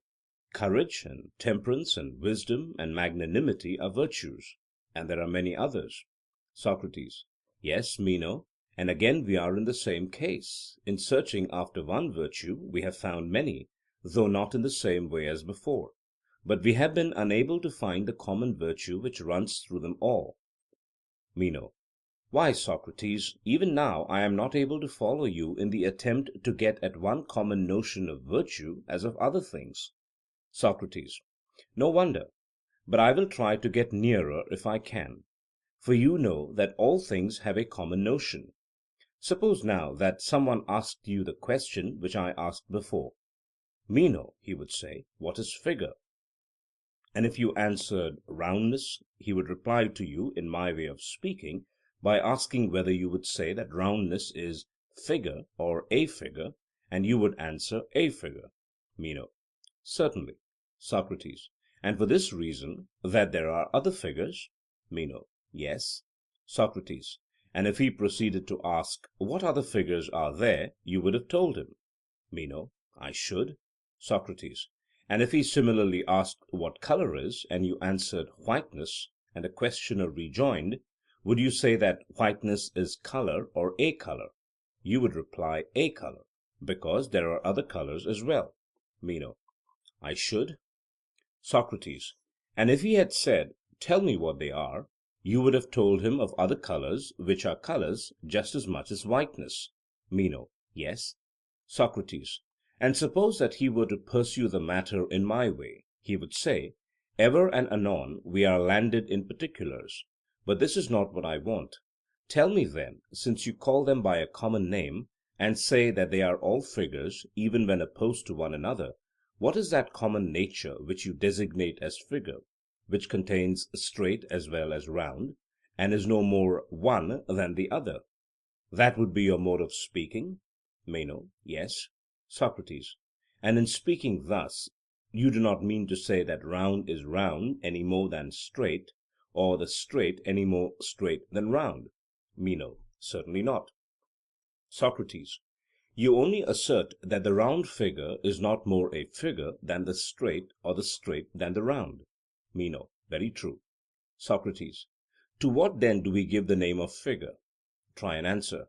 Suppose that when a person asked you this question either about figure or colour, you were to reply, 'Man, I do not understand what you want, or know what you are saying,' he would look rather astonished, and say, 'Do you not understand that I am looking for the simile in multis?' And then he might put the question in another form. 'Meno,' he might say, 'what is that simile in multis which you call figure, and which includes not only round and straight figures, but all?' Could you not answer that question, Meno? I wish that you would try. The attempt will be good practice with a view to the answer about virtue. Meno: I would rather that you should answer, Socrates. Socrates: Shall I indulge you? Meno: By all means. Socrates: And then you will tell me about virtue? Meno: I will. Socrates: Then I must do my best, for there is a prize to be won. Meno: Certainly. Socrates: Well, I will try and explain to you what figure is. What do you say to this answer? Figure is the only thing which always follows colours. Will you be satisfied with it, as I am sure that I should be if you would let me have a similar definition of virtue? Meno: But Socrates, it is such a simple answer. Socrates: Why simple? Meno: Because, according to you, figure is that which always follows colour. Socrates: Granted. Meno: But if a person were to say that he does not know what colour is, any more than what figure is, what sort of answer would you have given him? Socrates: I should have told him the truth. And if he were a philosopher of the eristic and antagonistic sort, I should say to him, You have my answer, and if I am wrong, your business is to take up the argument and refute me. But if we were friends and were talking as you and I are now, I should reply in a milder strain and more in the dialectician's vein, that is to say, I should not only speak the truth, but I should make use of premises which the person interrogated would be willing to admit. And this is the way in which I shall endeavour to approach you. You will acknowledge, will you not, that there is such a thing as an end, or termination, or extremity, all which words are used in the same sense, although I am aware that Prodicus might draw distinctions about them. But still you, I am sure, would speak of a thing as ended or terminated. That is all which I am saying, not anything very difficult. Meno: Yes, I should, and I believe that I understand your meaning. Meno: Yes. Socrates: And you would speak of a surface and also of a solid, as for example in geometry? Meno: Yes. Socrates: Well then, you are now in a condition to understand my definition of figure. I define figure to be that in which the solid ends, or more concisely, the limit of solid. Meno: And now, Socrates, what is colour? Socrates: You are outrageous, Meno, in thus plaguing a poor old man to give you an answer, when you will not take the trouble of remembering what is Gorgias's definition of virtue. Meno: When you have told me what I ask, I will tell you, Socrates. Socrates: A man who was blindfolded has only to hear you talking, and he would know that you are a fair creature and have still many lovers. Meno: Why do you think so? Socrates: Why, because you always speak in imperatives. Like all beauties when they are in their prime, you are tyrannical, and also, as I suspect, you have found out that I have weakness for the fair, and therefore to humour you I must answer. Meno: Please do. Socrates: Would you like me to answer you after the manner of Gorgias, which is familiar to you? Meno: I should like nothing better. Socrates. Do not he and you and Empedocles say that there are certain effluences of existence? Meno. Certainly. Socrates. And passages into which and through which the effluences pass? Meno. Exactly. Socrates. And some of the effluences fit into the passages, and some of them are too small or too large? Meno. True. Socrates. And there is such a thing as sight? Meno. Yes. Socrates. And now, as Pindar says, read my meaning, colour is an effluence of form, commensurate with sight and palpable to sense. Meno. That, Socrates, appears to me to be an admirable answer. Socrates. Why, yes, because it happens to be one which you have been in the habit of hearing, and your wit will have discovered, I suspect, that you may explain in the same way the nature of sound and smell, and of many other similar phenomena. Meno. Quite true. Socrates. The answer, Meno, was in the orthodox solemn vein, and therefore was more acceptable to you than the other answer about figure. Meno. Yes. Socrates. And yet, O son of Alexidemus, I cannot help thinking that the other was the better, and I am sure that you would be of the same opinion, if you would only stay and be initiated, and were not compelled, as you said yesterday, to go away before the mysteries. Meno. But I will stay, Socrates, if you will give me many such answers. Socrates. Well then, for my own sake as well as for yours, I will do my best. But I am afraid I shall not be able to give you very many as good. And now in your turn you are to fulfil your promise, and tell me what virtue is in the universal, and do not make a singular into a plural, as the facetious say of those who break a thing, but deliver virtue to me whole and sound, and not broken into a number of pieces. I have given you the pattern. Meno. Well then, Socrates, virtue, as I take it, is when he who desires the honourable is able to provide it for himself. So the poet says, and I say too, virtue is the desire of things honourable, and the power of attaining them. Socrates. And does he who desires the honourable also desire the good? Meno. Certainly. Socrates. Then there are some who desire the evil, and others who desire the good. Do not all men, my dear sir, desire good? Meno. I think not. Socrates. There are some who desire evil? Meno. Yes. Socrates. Do you mean that they think the evils which they desire to be good, or do they know that they are evil and yet desire them? Meno. Both, I think. Socrates. And do you really imagine, Meno, that a man knows evils to be evils and desires them notwithstanding? Meno. Certainly I do. Socrates.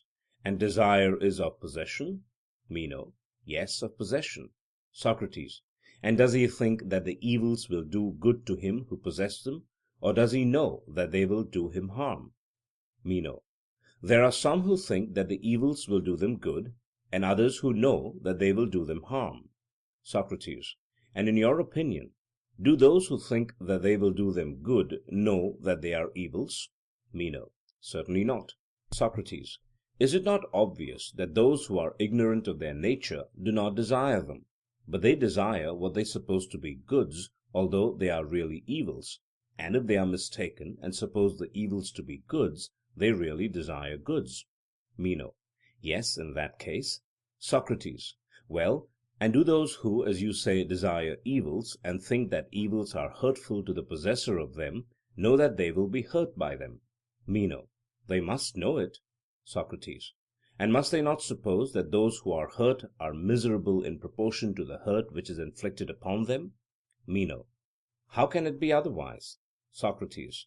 But are not the miserable ill-fated? Meno. Yes, indeed. Socrates. And does any one desire to be miserable and ill-fated? Meno. I should say not, Socrates. Socrates. But if there is no one who desires to be miserable, there is no one, Meno, who desires evil. For what is misery but the desire and possession of evil? Meno. That appears to be the truth, Socrates, and I admit that nobody desires evil. Socrates. And yet were you not saying just now that virtue is the desire and power of attaining good? Meno: Yes, I did say so. Socrates: But if this be affirmed, then the desire of good is common to all, and one man is no better than another in that respect. Meno: True. Socrates: And if one man is not better than another in desiring good, he must be better in the power of attaining it. Meno: Exactly. Socrates: Then, according to your definition, virtue would appear to be the power of attaining good. Meno: I entirely approve, Socrates, of the manner in which you now view this matter. Socrates: Then let us see whether what you say is true from another point of view. For very likely you may be right. You affirm virtue to be the power of attaining goods. Meno: Yes. Socrates: And the goods which you mean are such as health and wealth and the possession of gold and silver, and having office and honour in the state; those are what you would call goods? Meno: Yes, I should include all those. Socrates: Then, according to Meno, who is the hereditary friend of the great king, virtue is the power of getting silver and gold, and would you add that they must be attained piously, justly, or do you deem this to be of no consequence? And is any mode of acquisition, even if unjust and dishonest, equally to be deemed virtue? Meno: Not virtue, Socrates, but vice. Socrates: Then justice or temperance or holiness, or some other part of virtue, as would appear, must accompany the acquisition, and without them the mere acquisition of good will not be virtue. Meno: Why, how can there be virtue without these?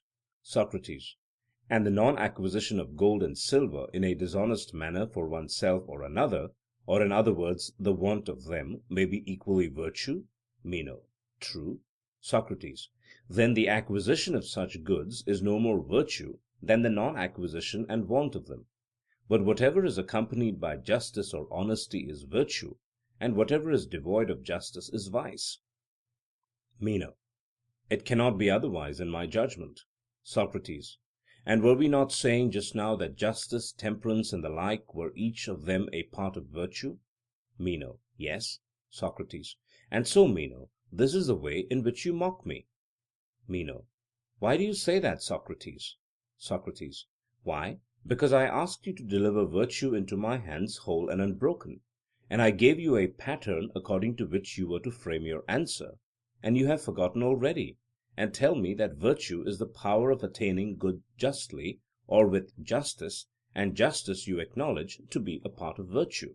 Meno: Yes. Socrates: Then it follows from your own admissions that virtue is doing what you do with a part of virtue, for justice and the like are said by you to be parts of virtue. Meno: What of that? Socrates: What of that? Why, did not I ask you to tell me the nature of virtue as a whole? And you are very far from telling me this, but declare every action to be virtue which is done with a part of virtue, as though you had told me that I must already know the whole of virtue, and this too when frittered away into little pieces. And therefore, my dear Meno, I fear that I must begin again and repeat the same question: What is virtue? For otherwise I can only say that every action done with a part of virtue is virtue. What else is the meaning of saying that every action done with justice is virtue? Ought I not to ask the question over again? For can any one who does not know virtue know a part of virtue? Meno: No, I do not say that he can. Socrates: Do you remember how, in the example of figure, we rejected any answer given in terms which were as yet unexplained or unadmitted? Meno: Yes, Socrates, and we were quite right in doing so. Socrates: But then, my friend, do not suppose that we can explain to any one the nature of virtue as a whole through some unexplained portion of virtue, or anything at all in that fashion. We should only have to ask over again the old question: What is virtue? Am I not right? Meno: I believe that you are. Socrates: Then begin again and answer me. What, according to you and your friend Gorgias, is the definition of virtue? Meno: O Socrates, I used to be told before I knew you that you were always doubting yourself and making others doubt, and now you are casting your spells over me, and I am simply getting bewitched and enchanted, and am at my wits' end. And if I may venture to make a jest upon you, you seem to me both in your appearance and in your power over others to be very like the flat torpedo fish, who torpifies those who come near him and touch him, as you have now torpified me, I think. For my soul and my tongue are really torpid, and I do not know how to answer you. And though I have been delivered of an infinite variety of speeches about virtue before now, and to many persons, and very good ones they were, as I thought, at this moment I cannot even say what virtue is. And I think that you are very wise in not voyaging and going away from home, for if you did in other places as you do in Athens, you would be cast into prison as a magician. Socrates: You are a rogue, Meno, and had all but caught me. Meno: What do you mean, Socrates? Socrates: I can tell why you made a simile about me. Meno: Why? Socrates: In order that I might make another simile about you. For I know that all pretty young gentlemen like to have pretty similes made about them, as well they may. But I shall not return the compliment. As to my being a torpedo, if the torpedo is torpid as well as the cause of torpidity in others, then indeed I am a torpedo, but not otherwise, for I perplex others, not because I am clear, but because I am utterly perplexed myself. And now I know not what virtue is, and you seem to be in the same case, although you did once perhaps know before you touched me. However, I have no objection to join with you in the enquiry. Meno: And how will you enquire, Socrates, into that which you do not know? What will you put forth as a subject of enquiry? And if you find what you want, how will you ever know that this is a thing which you did not know? Socrates: I know, Meno, what you mean, but just see what a tiresome dispute you are introducing. You argue that a man cannot enquire either about that which he knows or about that which he does not know. For if he knows, he has no need to enquire, and if not, he cannot, for he does not know the very subject about which he is to enquire. Compare Aristotle post and now. Meno: Well, Socrates, and is not the argument sound? Socrates: I think not. Meno: Why not? Socrates: I will tell you why. I have heard from certain wise men and women who spoke of things divine that. Meno: What did they say? Socrates: They spoke of a glorious truth, as I conceive. Meno: What was it, and who were they? Socrates: Some of them were priests and priestesses, who had studied how they might be able to give a reason of their profession. There have been poets also who spoke of these things by inspiration, like Pindar, and many others who were inspired. And they say, mark now, and see whether their words are true, they say that the soul of man is immortal, and at one time has an end, which is termed dying, and at another time is born again, but is never destroyed. And the moral is that a man ought to live always in perfect holiness. For in the ninth year Persephone sends the souls of those from whom she has received the penalty of ancient crime back again from beneath into the light of the sun above. And these are they who become noble kings and mighty men and great in wisdom, and are called saintly heroes in after ages. The soul then, as being immortal, and having been born again many times, and having seen all things that exist, whether in this world or in the world below, has knowledge of them all. And it is no wonder that she should be able to call to remembrance all that she ever knew about virtue, and about everything. For as all nature is akin, and the soul has learned all things, there is no difficulty in her eliciting, or as men say, learning, out of a single recollection all the rest. If a man is strenuous and does not faint, for all enquiry and all learning is but recollection. And therefore we ought not to listen to this sophistical argument about the impossibility of enquiry, for it will make us idle, and is sweet only to the sluggard. But the other saying will make us active and inquisitive, in that, confiding, I will gladly enquire with you into the nature of virtue. Meno: Yes, Socrates, But what do you mean by saying that we do not learn, and that what we call learning is only a process of recollection? Can you teach me how this is? Socrates: I told you, Meno, just now that you were a rogue, and now you ask whether I can teach you, when I am saying that there is no teaching but only recollection, and thus you imagine that you will involve me in a contradiction. Meno: Indeed, Socrates, I protest that I had no such intention. I only asked the question from habit. But if you can prove to me that what you say is true, I wish that you would. Socrates: It will be no easy matter, but I will try to please you to the utmost of my power. Suppose that you call one of your numerous attendants, that I may demonstrate on him. Meno: Certainly. Come hither, boy. Socrates: He is Greek and speaks Greek, does he not? Meno: Yes, indeed, he was born in the house. Socrates: Attend now to the questions which I ask him, and observe whether he learns of me or only remembers. Meno: I will. Socrates: Tell me, boy, do you know what a figure like this is a square? Boy: I do. Socrates: And you know what a square figure has these four lines equal? Boy: Certainly. Socrates: And these lines which I have drawn through the middle of the square are also equal?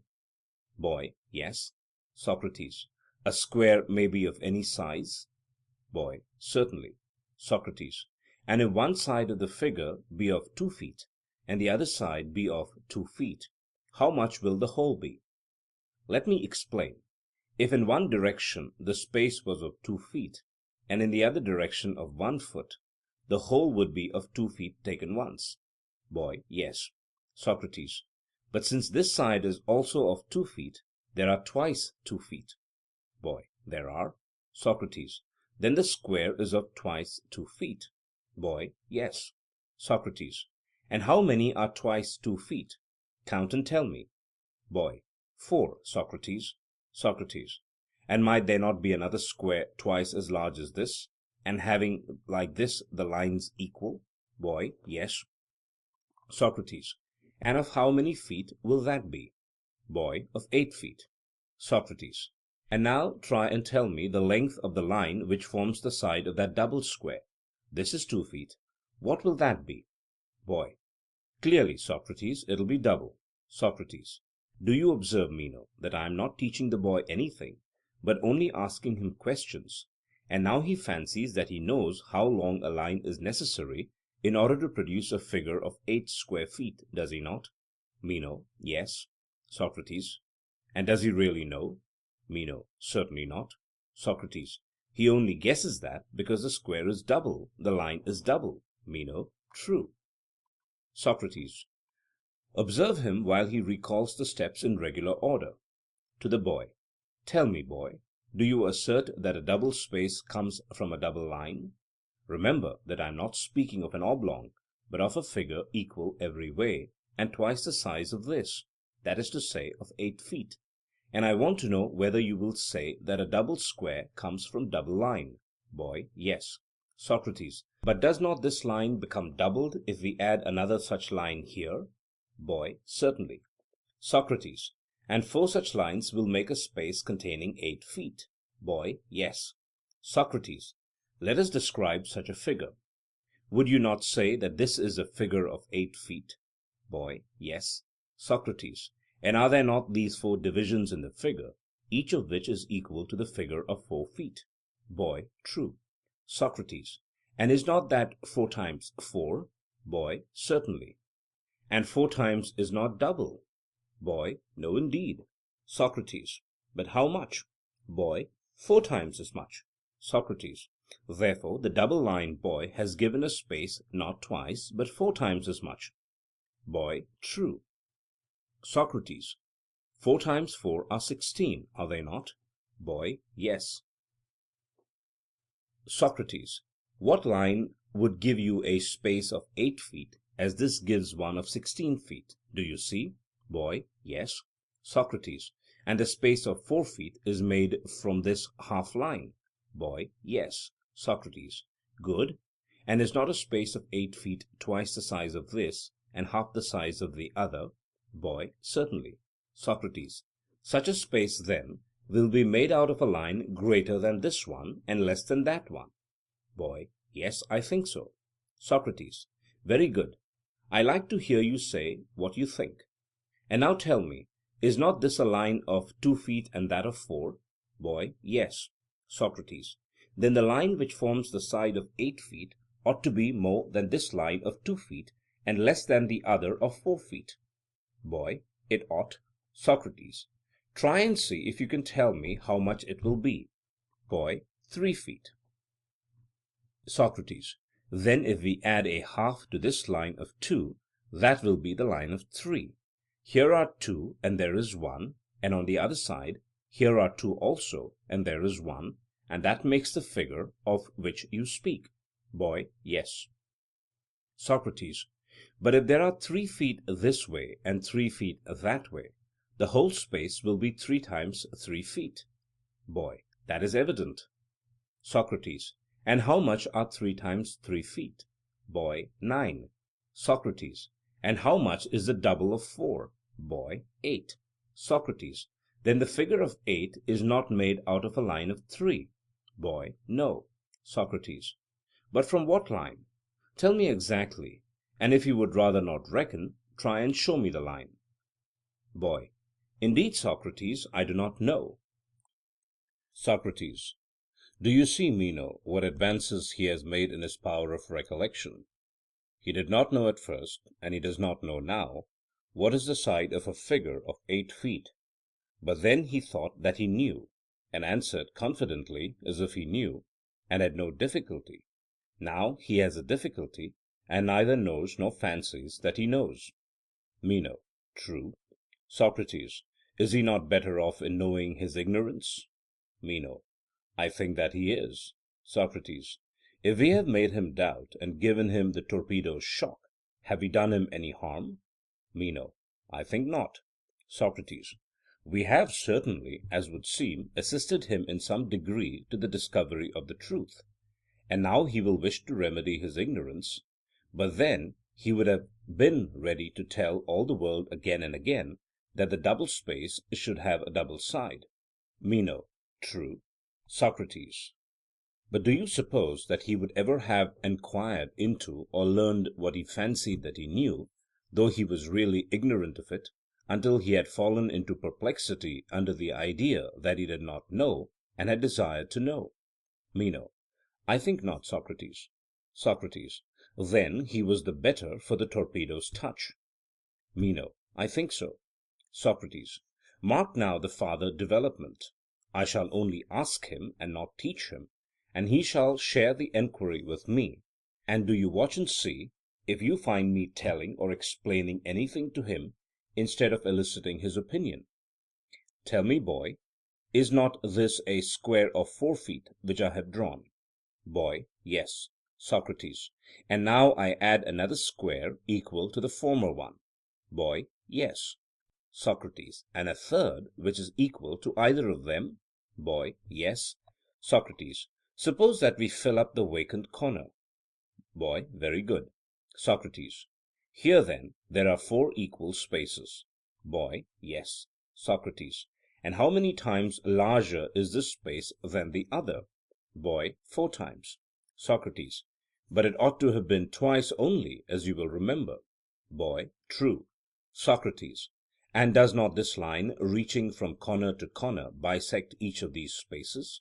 Boy: Yes. And are there not here 4 equal lines which contain this space? Boy: There are. Socrates: Look and see how much the space is. Boy: I do not understand. Socrates: Has not each interior line cut off half of the 4 spaces? Boy: Yes. Socrates: And how many spaces are there in this section? Boy: 4. Socrates: And how many in this? Boy: 2. Socrates: And 4 is how many times 2? Boy: Twice. Socrates: And this space is of how many feet? Boy: Of 8 feet. Socrates: And from what line do you get this figure? Boy: From this. Socrates: That is, from the line which extends from corner to corner of the figure of 4 feet. Boy: Yes. Socrates: and that is the line which the learned call the diagonal. And if this is the proper name, then you, Meno's slave, are prepared to affirm that the double space is the square of the diagonal. Boy: Certainly, Socrates. Socrates: What do you say of him, Meno? Were not all these answers given out of his own head?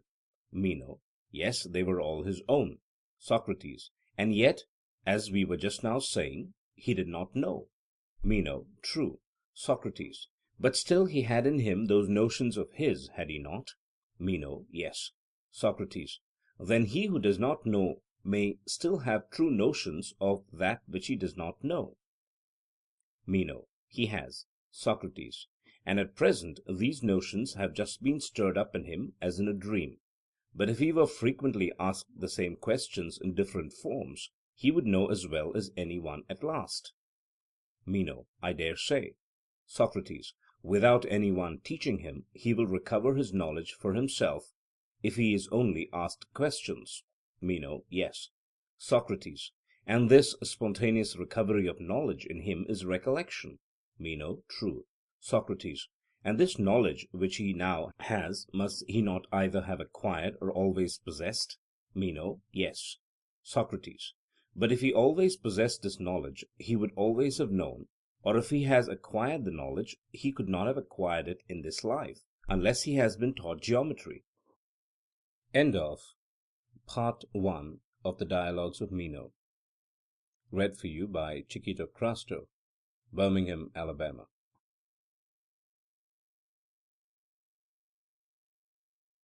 For he may be made to do the same with all geometry and every other branch of knowledge. Now, has any one ever taught him all this? You must know about him, if, as you say, he was born and bred in your house. Meno: And I am certain that no one ever did teach him. Socrates: And yet he has the knowledge? Meno: The fact, Socrates, is undeniable. Socrates: But if he did not acquire the knowledge in this life, then he must have had and learned it at some other time. Meno: Clearly he must. Socrates: Which must have been the time when he was not a man? Meno: Yes. Socrates: And if there have been always true thoughts in him, both at the time when he was and was not a man, which only need to be awakened into knowledge by putting questions to him, his soul must have always possessed this knowledge, for he always either was or was not a man. Meno: Obviously. Socrates: And if the truth of all things always existed in the soul, then the soul is immortal. Wherefore be of good cheer, and try to recollect what you do not know, or rather what you do not remember. Meno: I feel somehow that I like what you are saying. Socrates: And I, Meno, like what I am saying. Some things I have said of which I am not altogether confident, but that we shall be better and braver and less helpless if we think that we ought to enquire; that we should have been if we indulged in the idle fancy that there was no knowing and no use in seeking to know what we do not know. That is a theme upon which I am ready to fight, in word and deed, to the utmost of my power. Meno: There again, Socrates, your words seem to me excellent. Socrates: Then, as we are agreed that a man should enquire about that which he does not know, shall you and I make an effort to enquire together into the nature of virtue? Meno: By all means, Socrates. And yet I would much rather return to my original question, whether in seeking to acquire virtue we should regard it as a thing to be taught, or as a gift of nature, or as coming to men in some other way. Socrates: Had I the command of you as well as of myself, Meno, I would not have enquired whether virtue is given by instruction or not until we had first ascertained what it is. But as you think only of controlling me who am your slave, and never of controlling yourself, such being your notion of freedom, I must yield to you, for you are irresistible. And therefore I have now to enquire into the qualities of a thing of which I do not as yet know the nature. At any rate, will you condescend a little and allow the question, whether virtue is given by instruction or in any other way, to be argued upon hypothesis? As the geometrician, when he is asked whether a certain triangle is capable being inscribed in a certain circle, or whether a certain area is capable of being inscribed as a triangle in a certain circle, will reply, I cannot tell you as yet, but I will offer a hypothesis which may assist us in forming a conclusion. If the figure be such that when you have produced a given side of it, or when you apply it to the given line, that is, the diameter of the circle, auto, the given area of the triangle falls short by an area corresponding to the part produced, or similar to the area so applied, then one consequence follows, and if this is impossible, then some other, and therefore I wish to assume a hypothesis before I tell you whether this triangle is capable of being inscribed in the circle. That is a geometrical hypothesis. And we too, as we know not the nature and qualities of virtue, must ask whether virtue is or is not taught under a hypothesis, as thus, if virtue is of such a class of mental goods, will it be taught or not? Let the first hypothesis be that virtue is or is not knowledge. In that case, will it be taught or not? Or, as we were just now saying, remembered? For there is no use in disputing about the name. But is virtue taught or not? Or rather, does not every one see that knowledge alone is taught?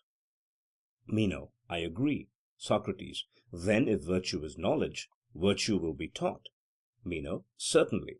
Socrates: Then now we have made a quick end of this question. If virtue is of such a nature, will it be taught, and if not, not? Meno: Certainly. Socrates: The next question is, whether virtue is knowledge or of another species? Meno: Yes, that appears to be the question which comes next in order. Socrates: Do we not say that virtue is a good? This is the hypothesis which is not set aside. Meno: Certainly. Socrates: Now, if there be any sort of good which is distinct from knowledge, virtue may be that good. But if knowledge embraces all good, then we shall be right in thinking that virtue is knowledge. Meno: True. Socrates: And virtue makes us good? Meno: Yes. Socrates: And if we are good, then we are profitable, for all good things are profitable. Meno: Yes. Socrates: Then virtue is profitable? Meno: That is the only inference. Socrates: Then now let us see what are the things which severally profit us. Health and strength, and beauty and wealth, these and the like of these we call profitable. Meno: True. Socrates: And yet these things may also sometimes do us harm. Would you not think so? Meno: Yes. Socrates: And what is the guiding principle which makes them profitable or the reverse? Are they not profitable when they are rightly used, and hurtful when they are not rightly used? Meno: Certainly. Socrates: Next, let us consider the goods of the soul. They are temperance, justice, courage, quickness of apprehension, memory, magnanimity, and the like. Meno: Surely. Socrates: And such of these as are not knowledge, but of another sort, are sometimes profitable and sometimes hurtful, as, for example, courage wanting prudence, which is only a sort of confidence. When a man has no sense, he is harmed by courage, but when he has sense, he is profited. Meno: True. Socrates: And the same may be said of temperance and quickness of apprehension. Whatever things are learned or done with sense are profitable, but when done without sense they are hurtful. Meno: Very true. Socrates: And in general, all that the soul attempts or endures when under the guidance of wisdom ends in happiness, but when she is under the guidance of folly, in the opposite. Meno: That appears to be true. Socrates: If then virtue is a quality of the soul, and is admitted to be profitable, it must be wisdom or prudence, since none of the things of the soul are either profitable or hurtful in themselves, but they are all made profitable or hurtful by the addition of wisdom or of folly, and therefore if virtue is profitable, virtue must be a sort of wisdom or prudence. Meno: I quite agree.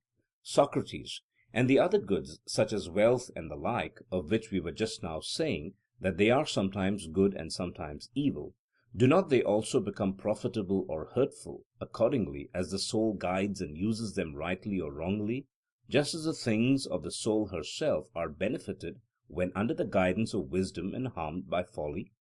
Meno: True. Socrates: And the wise soul guides them rightly, and the foolish soul wrongly? Meno: Yes. Socrates. And is this not universally true of human nature? All other things hang upon the soul, and the things of the soul herself hang upon wisdom, if they are to be good, and so wisdom is inferred to be that which profits, and virtue, as we say, is profitable. Meno. Certainly. Socrates. And thus we arrive at the conclusion that virtue is either wholly or partly wisdom. Meno. I think that what you are saying, Socrates, is very true. Socrates. But if this is true, then the good are not by nature good. Meno. I think not. Socrates. If they had been, there would assuredly have been discerners of character among us, who would have known our future great men, and on their showing we should have adopted them, and when we had got them, we should have kept them in the citadel, out of the way of harm, and set a stamp upon them far rather than upon a piece of gold, in order that no one might tamper with them, and when they grew up they would have been useful to the state. Meno. Yes, Socrates, that would have been the right way. Socrates. But if the good are not by nature good, are they made good by instruction? Meno. There appears to be no other alternative, Socrates. On the supposition that virtue is knowledge, there can be no doubt that virtue is taught. Socrates. Yes, indeed. But what if the supposition is erroneous? Meno. I certainly thought just now that we were right. Socrates. Yes, Meno. But a principle which has any soundness should stand firm, not only just now, but always. Meno. Well, and why are you so slow of heart to believe that knowledge is virtue? Socrates. I will try and tell you why, Meno. I do not retract the assertion that if virtue is knowledge it may be taught, but I fear that I have some reason in doubting whether virtue is knowledge. For consider now and say whether virtue, and not only virtue, but anything that is taught, must not have teachers and disciples. Meno. Surely. Socrates. And conversely, may not the art of which neither teachers nor disciples exist be assumed to be incapable of being taught? Meno. True. But do you think that there are no teachers of virtue? Socrates. I have certainly often inquired whether there were any, and taken great pains to find them, and have never succeeded. And many have assisted me in this search, and they were the persons whom I thought the most likely to know. Here at the moment when he is wanted, we fortunately have sitting by us Anytus, the very person of whom we should make enquiry. To him then let us repair. In the first place, he is the son of a wealthy and wise father and Thymion, who acquired his wealth not by accident or gift, like Ismenias the Theban, who has recently made himself as rich as Polycrates, but by his own skill and industry, and who is a well-conditioned, modest man, not insolent or overbearing or annoying. Moreover, this son of his has received a good education, as the Athenian people certainly appear to think, for they choose him to fill the highest offices. And these are the sort of men from whom you are likely to learn whether there are any teachers of virtue, and who they are. Please, Anytus, to help me and your friend Meno in answering your question, who are the teachers? Consider the matter thus. If we wanted Meno to be a good physician, to whom should we send him?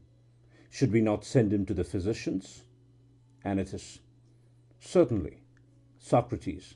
Or if we wanted him to be a good cobbler, should we not send him to the cobblers? Anytus. Yes. Socrates. And so forth? Anytus. Yes. Socrates. Let me trouble you with one more question.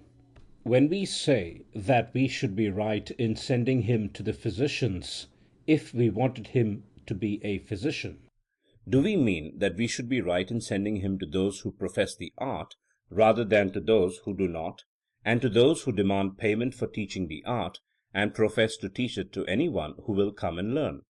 And if these were our reasons, should we not be right in sending him? Anytus. Yes. Socrates. And might not the same be said of flute playing, and of the other arts?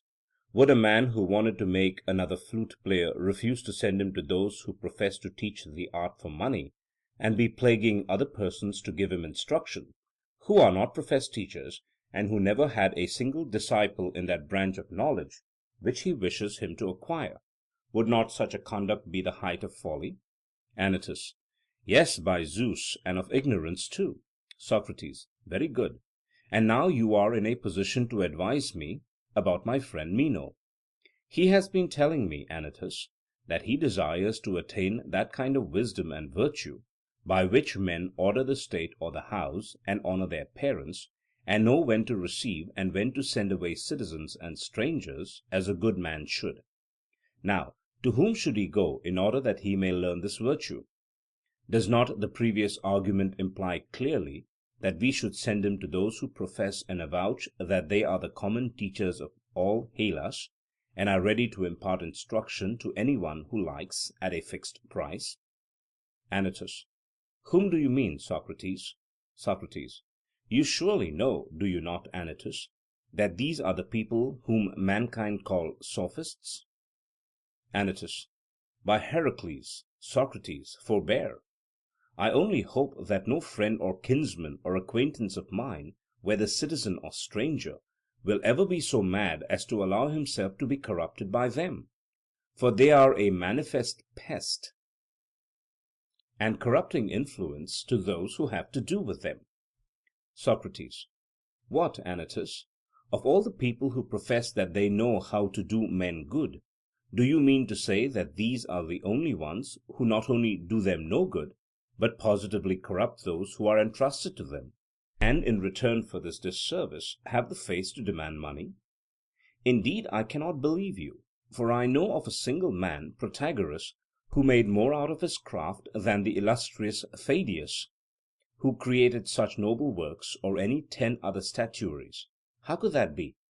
A mender of old shoes or patcher up of clothes, who made the shoes or clothes worse than he received them, could not have remained 30 days undetected, and would very soon have starved, whereas during more than 40 years Protagoras was corrupting all Hellas, and sending his disciples from him worse than he received them, and he was never found out.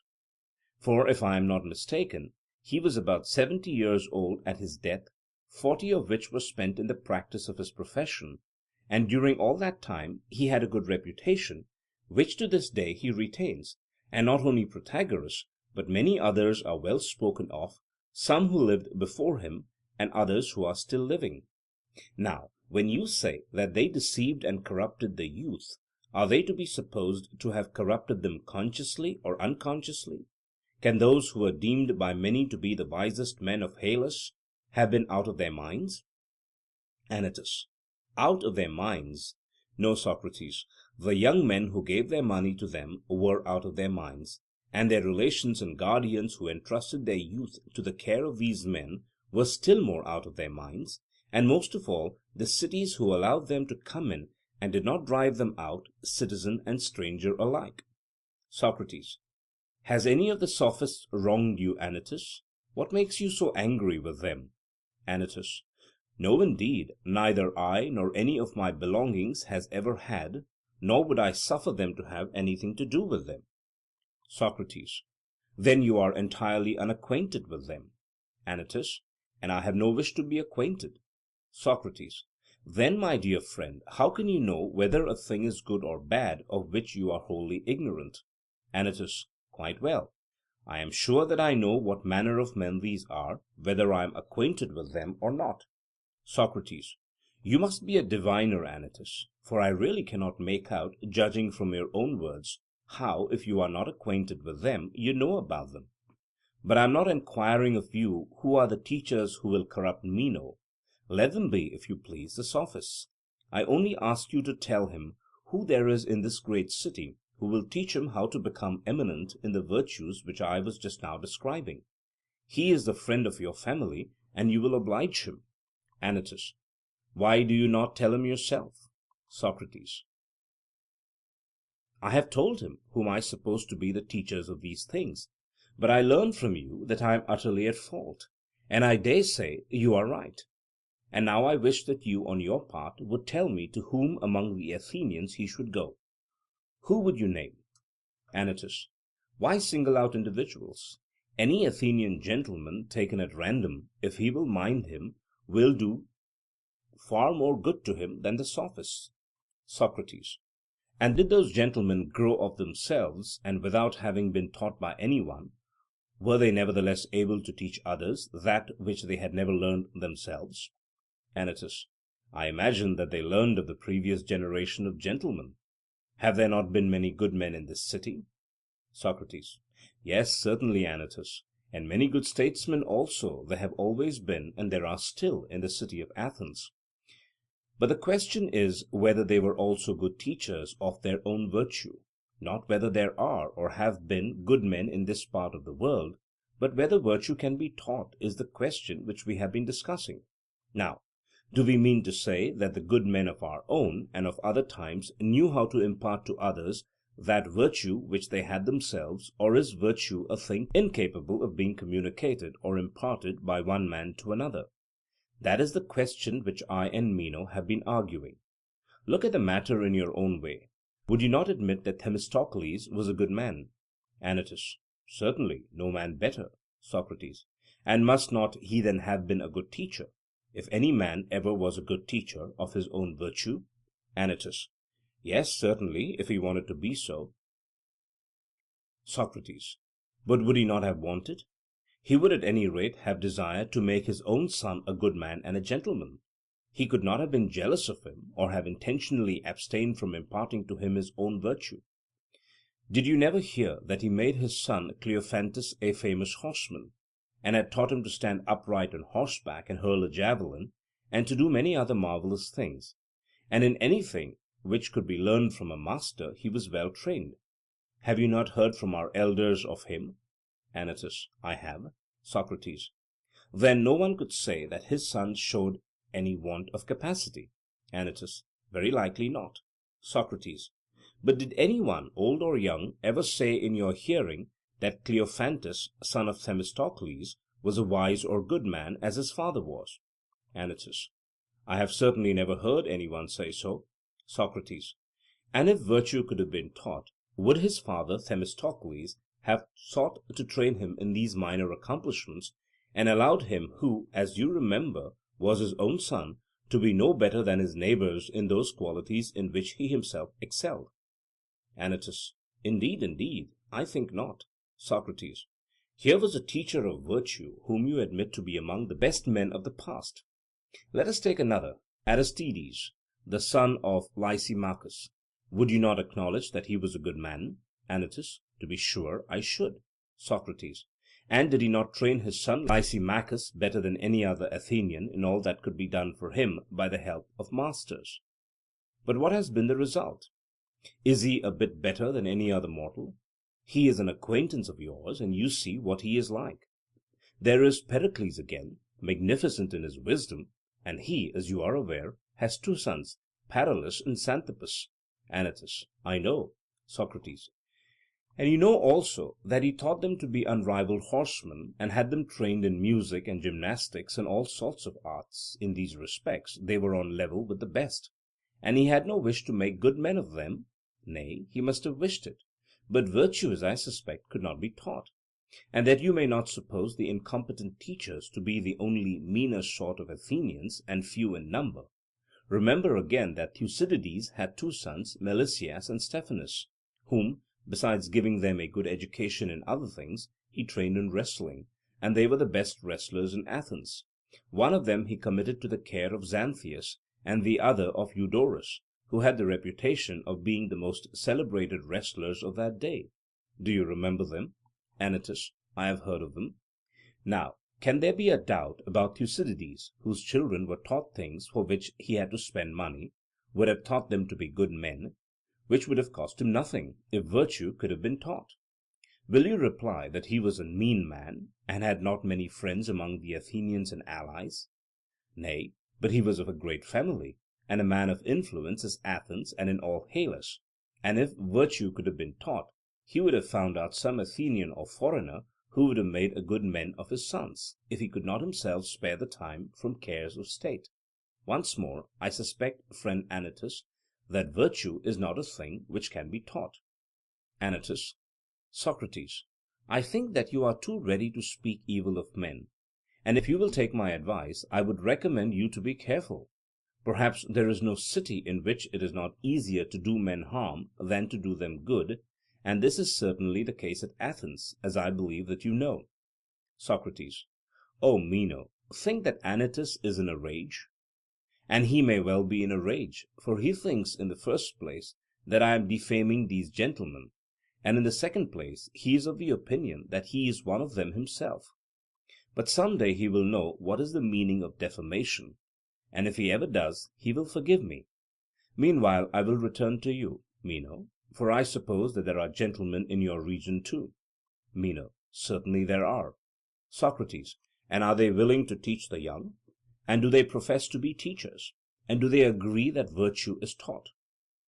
Meno: No, indeed, Socrates. They are anything but agreed. You may hear them saying at one time that virtue can be taught, and then again the reverse. Socrates: Can we call those teachers who do not acknowledge the possibility of their own vocation? Meno: I think not, Socrates. Socrates: And what do you think of these sophists, who are the only professors? Do they seem to you to be teachers of virtue? Meno: I often wonder, Socrates, that Gorgias is never heard promising to teach virtue, and when he hears others promising, he only laughs at them. But he thinks that men should be taught to speak. Socrates: Then do you not think that the sophists are teachers? Meno: I cannot tell you, Socrates. Like the rest of the world, I am in doubt, and sometimes I think that they are teachers and sometimes not. Socrates: And are you aware that not only you and other politicians have doubts whether virtue can be taught or not, but that Theognis the poet says the very same thing? Meno: Where does he say so? Socrates: In these elegiac verses. Theognis: Eat and drink, and sit with the mighty, and make yourself agreeable to them, for from the good you will learn what is good. But if you mix with the bad, you will lose the intelligence which you already have. Do you observe that he seems to imply that virtue can be taught? Meno: Clearly. Socrates: But in some other verses he shifts about and says.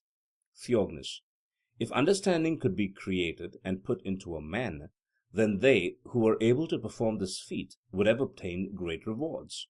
And again, never would a bad son have sprung from a good sire, for he would have heard the voice of instruction. But not by teaching will you ever make a bad man into a good one. And this, as you may remark, is a contradiction of the other. Meno: Clearly. Socrates: And is there anything else of which the professors are affirmed not only to be teachers of others, but to be ignorant themselves, and bad at the knowledge of that which they are professing to teach? Or is there anything about which even the acknowledged gentlemen are sometimes saying that this thing can be taught, and sometimes the opposite? Can you say that they are teachers in any true sense whose ideas are in such confusion? Meno: I should say, certainly not.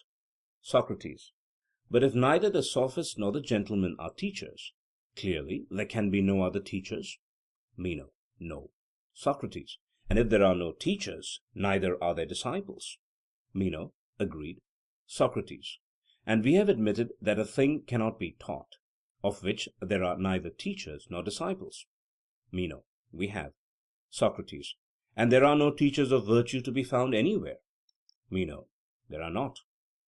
Socrates: And if there are no teachers, neither are there scholars? Meno: That I think is true. Socrates: Then virtue cannot be taught? Meno: Not if we are right in our view. But I cannot believe, Socrates, that there are no good men. And if there are, how do they come into existence? Socrates: I am afraid, Meno, that you and I are not good for much, and that Gorgias has been as poor an educator of you as Prodicus has been of me. Certainly, we shall have to look to ourselves, and try to find some one who will help in some way or other to improve us. This I say because I observe that in the previous discussion none of us remarked that right and good action is possible to a man under other guidance than that of knowledge, episteme. And indeed, if this be denied, there is no seeing how there can be any good men at all. Meno: How do you mean, Socrates? Socrates: I mean that good men are necessarily useful or profitable. Were we not right in admitting this? It must be so. Meno: Yes. Socrates: And in supposing that they will be useful only if they are true guides to us of action, there we were also right? Meno: Yes. Socrates: But when we said that a man cannot be a good guide unless he have knowledge (phrohonesis), this we were wrong. Meno: What do you mean by the word right? Socrates: I will explain. If a man knew the way to Larissa or anywhere else, and went to the place and led others thither, would he not be a right and good guide? Meno: Certainly. Socrates: And a person who had a right opinion about the way, but had never been and did not know, might be a good guide also, might he not? Meno: Certainly. Socrates: And while he has true opinions about that which the others knows, he will be just as good a guide if he thinks the truth as he who knows the truth? Meno: Exactly. Socrates: Then true opinion is as good a guide to correct action as knowledge. And that was the point which we omitted in our speculation about the nature of virtue, when we said that knowledge only is the guide of right action, whereas there is also right opinion. Meno: True. Socrates: Then the right opinion is not less useful than knowledge? Meno: The difference, Socrates, is only that he who has knowledge will always be right, but he who has right opinion will sometimes be right and sometimes not. Socrates: What do you mean? Can he be wrong who has right opinion, so long as he has right opinion?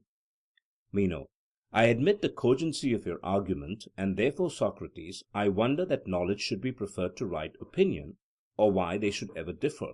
Socrates: And shall I explain this wonder to you? Meno: Do tell me. Socrates: You would not wonder if you had ever observed the images of Daedalus (compare Euthyphro), but perhaps you have not got them in your country. Meno: What have they to do with the question? Socrates: Because they require to be fastened in order to keep them, and if they are not fastened they will play truant and run away. Meno: Well, what of that?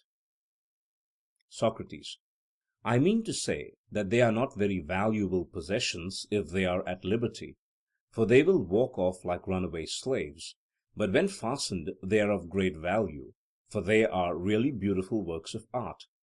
Now this is an illustration of the nature of true opinions.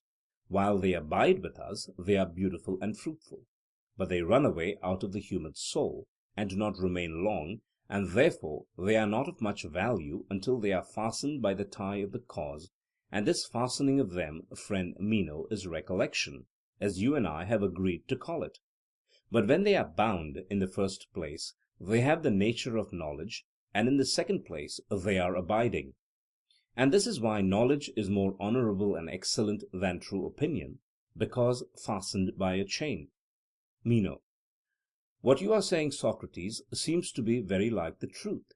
Socrates: I too speak rather in ignorance, I only conjecture, and yet that knowledge differs from true opinion is no matter of conjecture with me. There are not many things which I profess to know, but this is most certainly one of them. Meno: Yes, Socrates, and you are quite right in saying so. Socrates: And am I not also right in saying that true opinion leading the way perfects action quite as well as knowledge? Meno: There again, Socrates, I think you are right. Socrates: Then right opinion is not a whit inferior to knowledge, or less useful in action, nor is the man who has right opinion inferior to him who has knowledge. Meno: True. Socrates: And surely the good man has been acknowledged by us to be useful? Meno: Yes. Socrates: Seeing then that men become good and useful to states, not only because they have knowledge, but because they have right opinion, and neither knowledge nor right opinion is given to man by nature or acquired by him, do you imagine either of them to be given by nature? Meno: Not I. Socrates: Then if they are not given by nature, neither are the good by nature good? Meno: Certainly not. Socrates: And nature being excluded, then came the question whether virtue is acquired by teaching? Meno: Yes. Socrates: If virtue was wisdom or knowledge, then, as we taught, it was taught? Meno: Yes. Socrates: And if it was taught, it was wisdom? Meno: Certainly. Socrates: And if there were teachers, it might be taught, And if there were no teachers, not? Meno: True. Socrates: But surely we acknowledged that there were no teachers of virtue? Meno: Yes.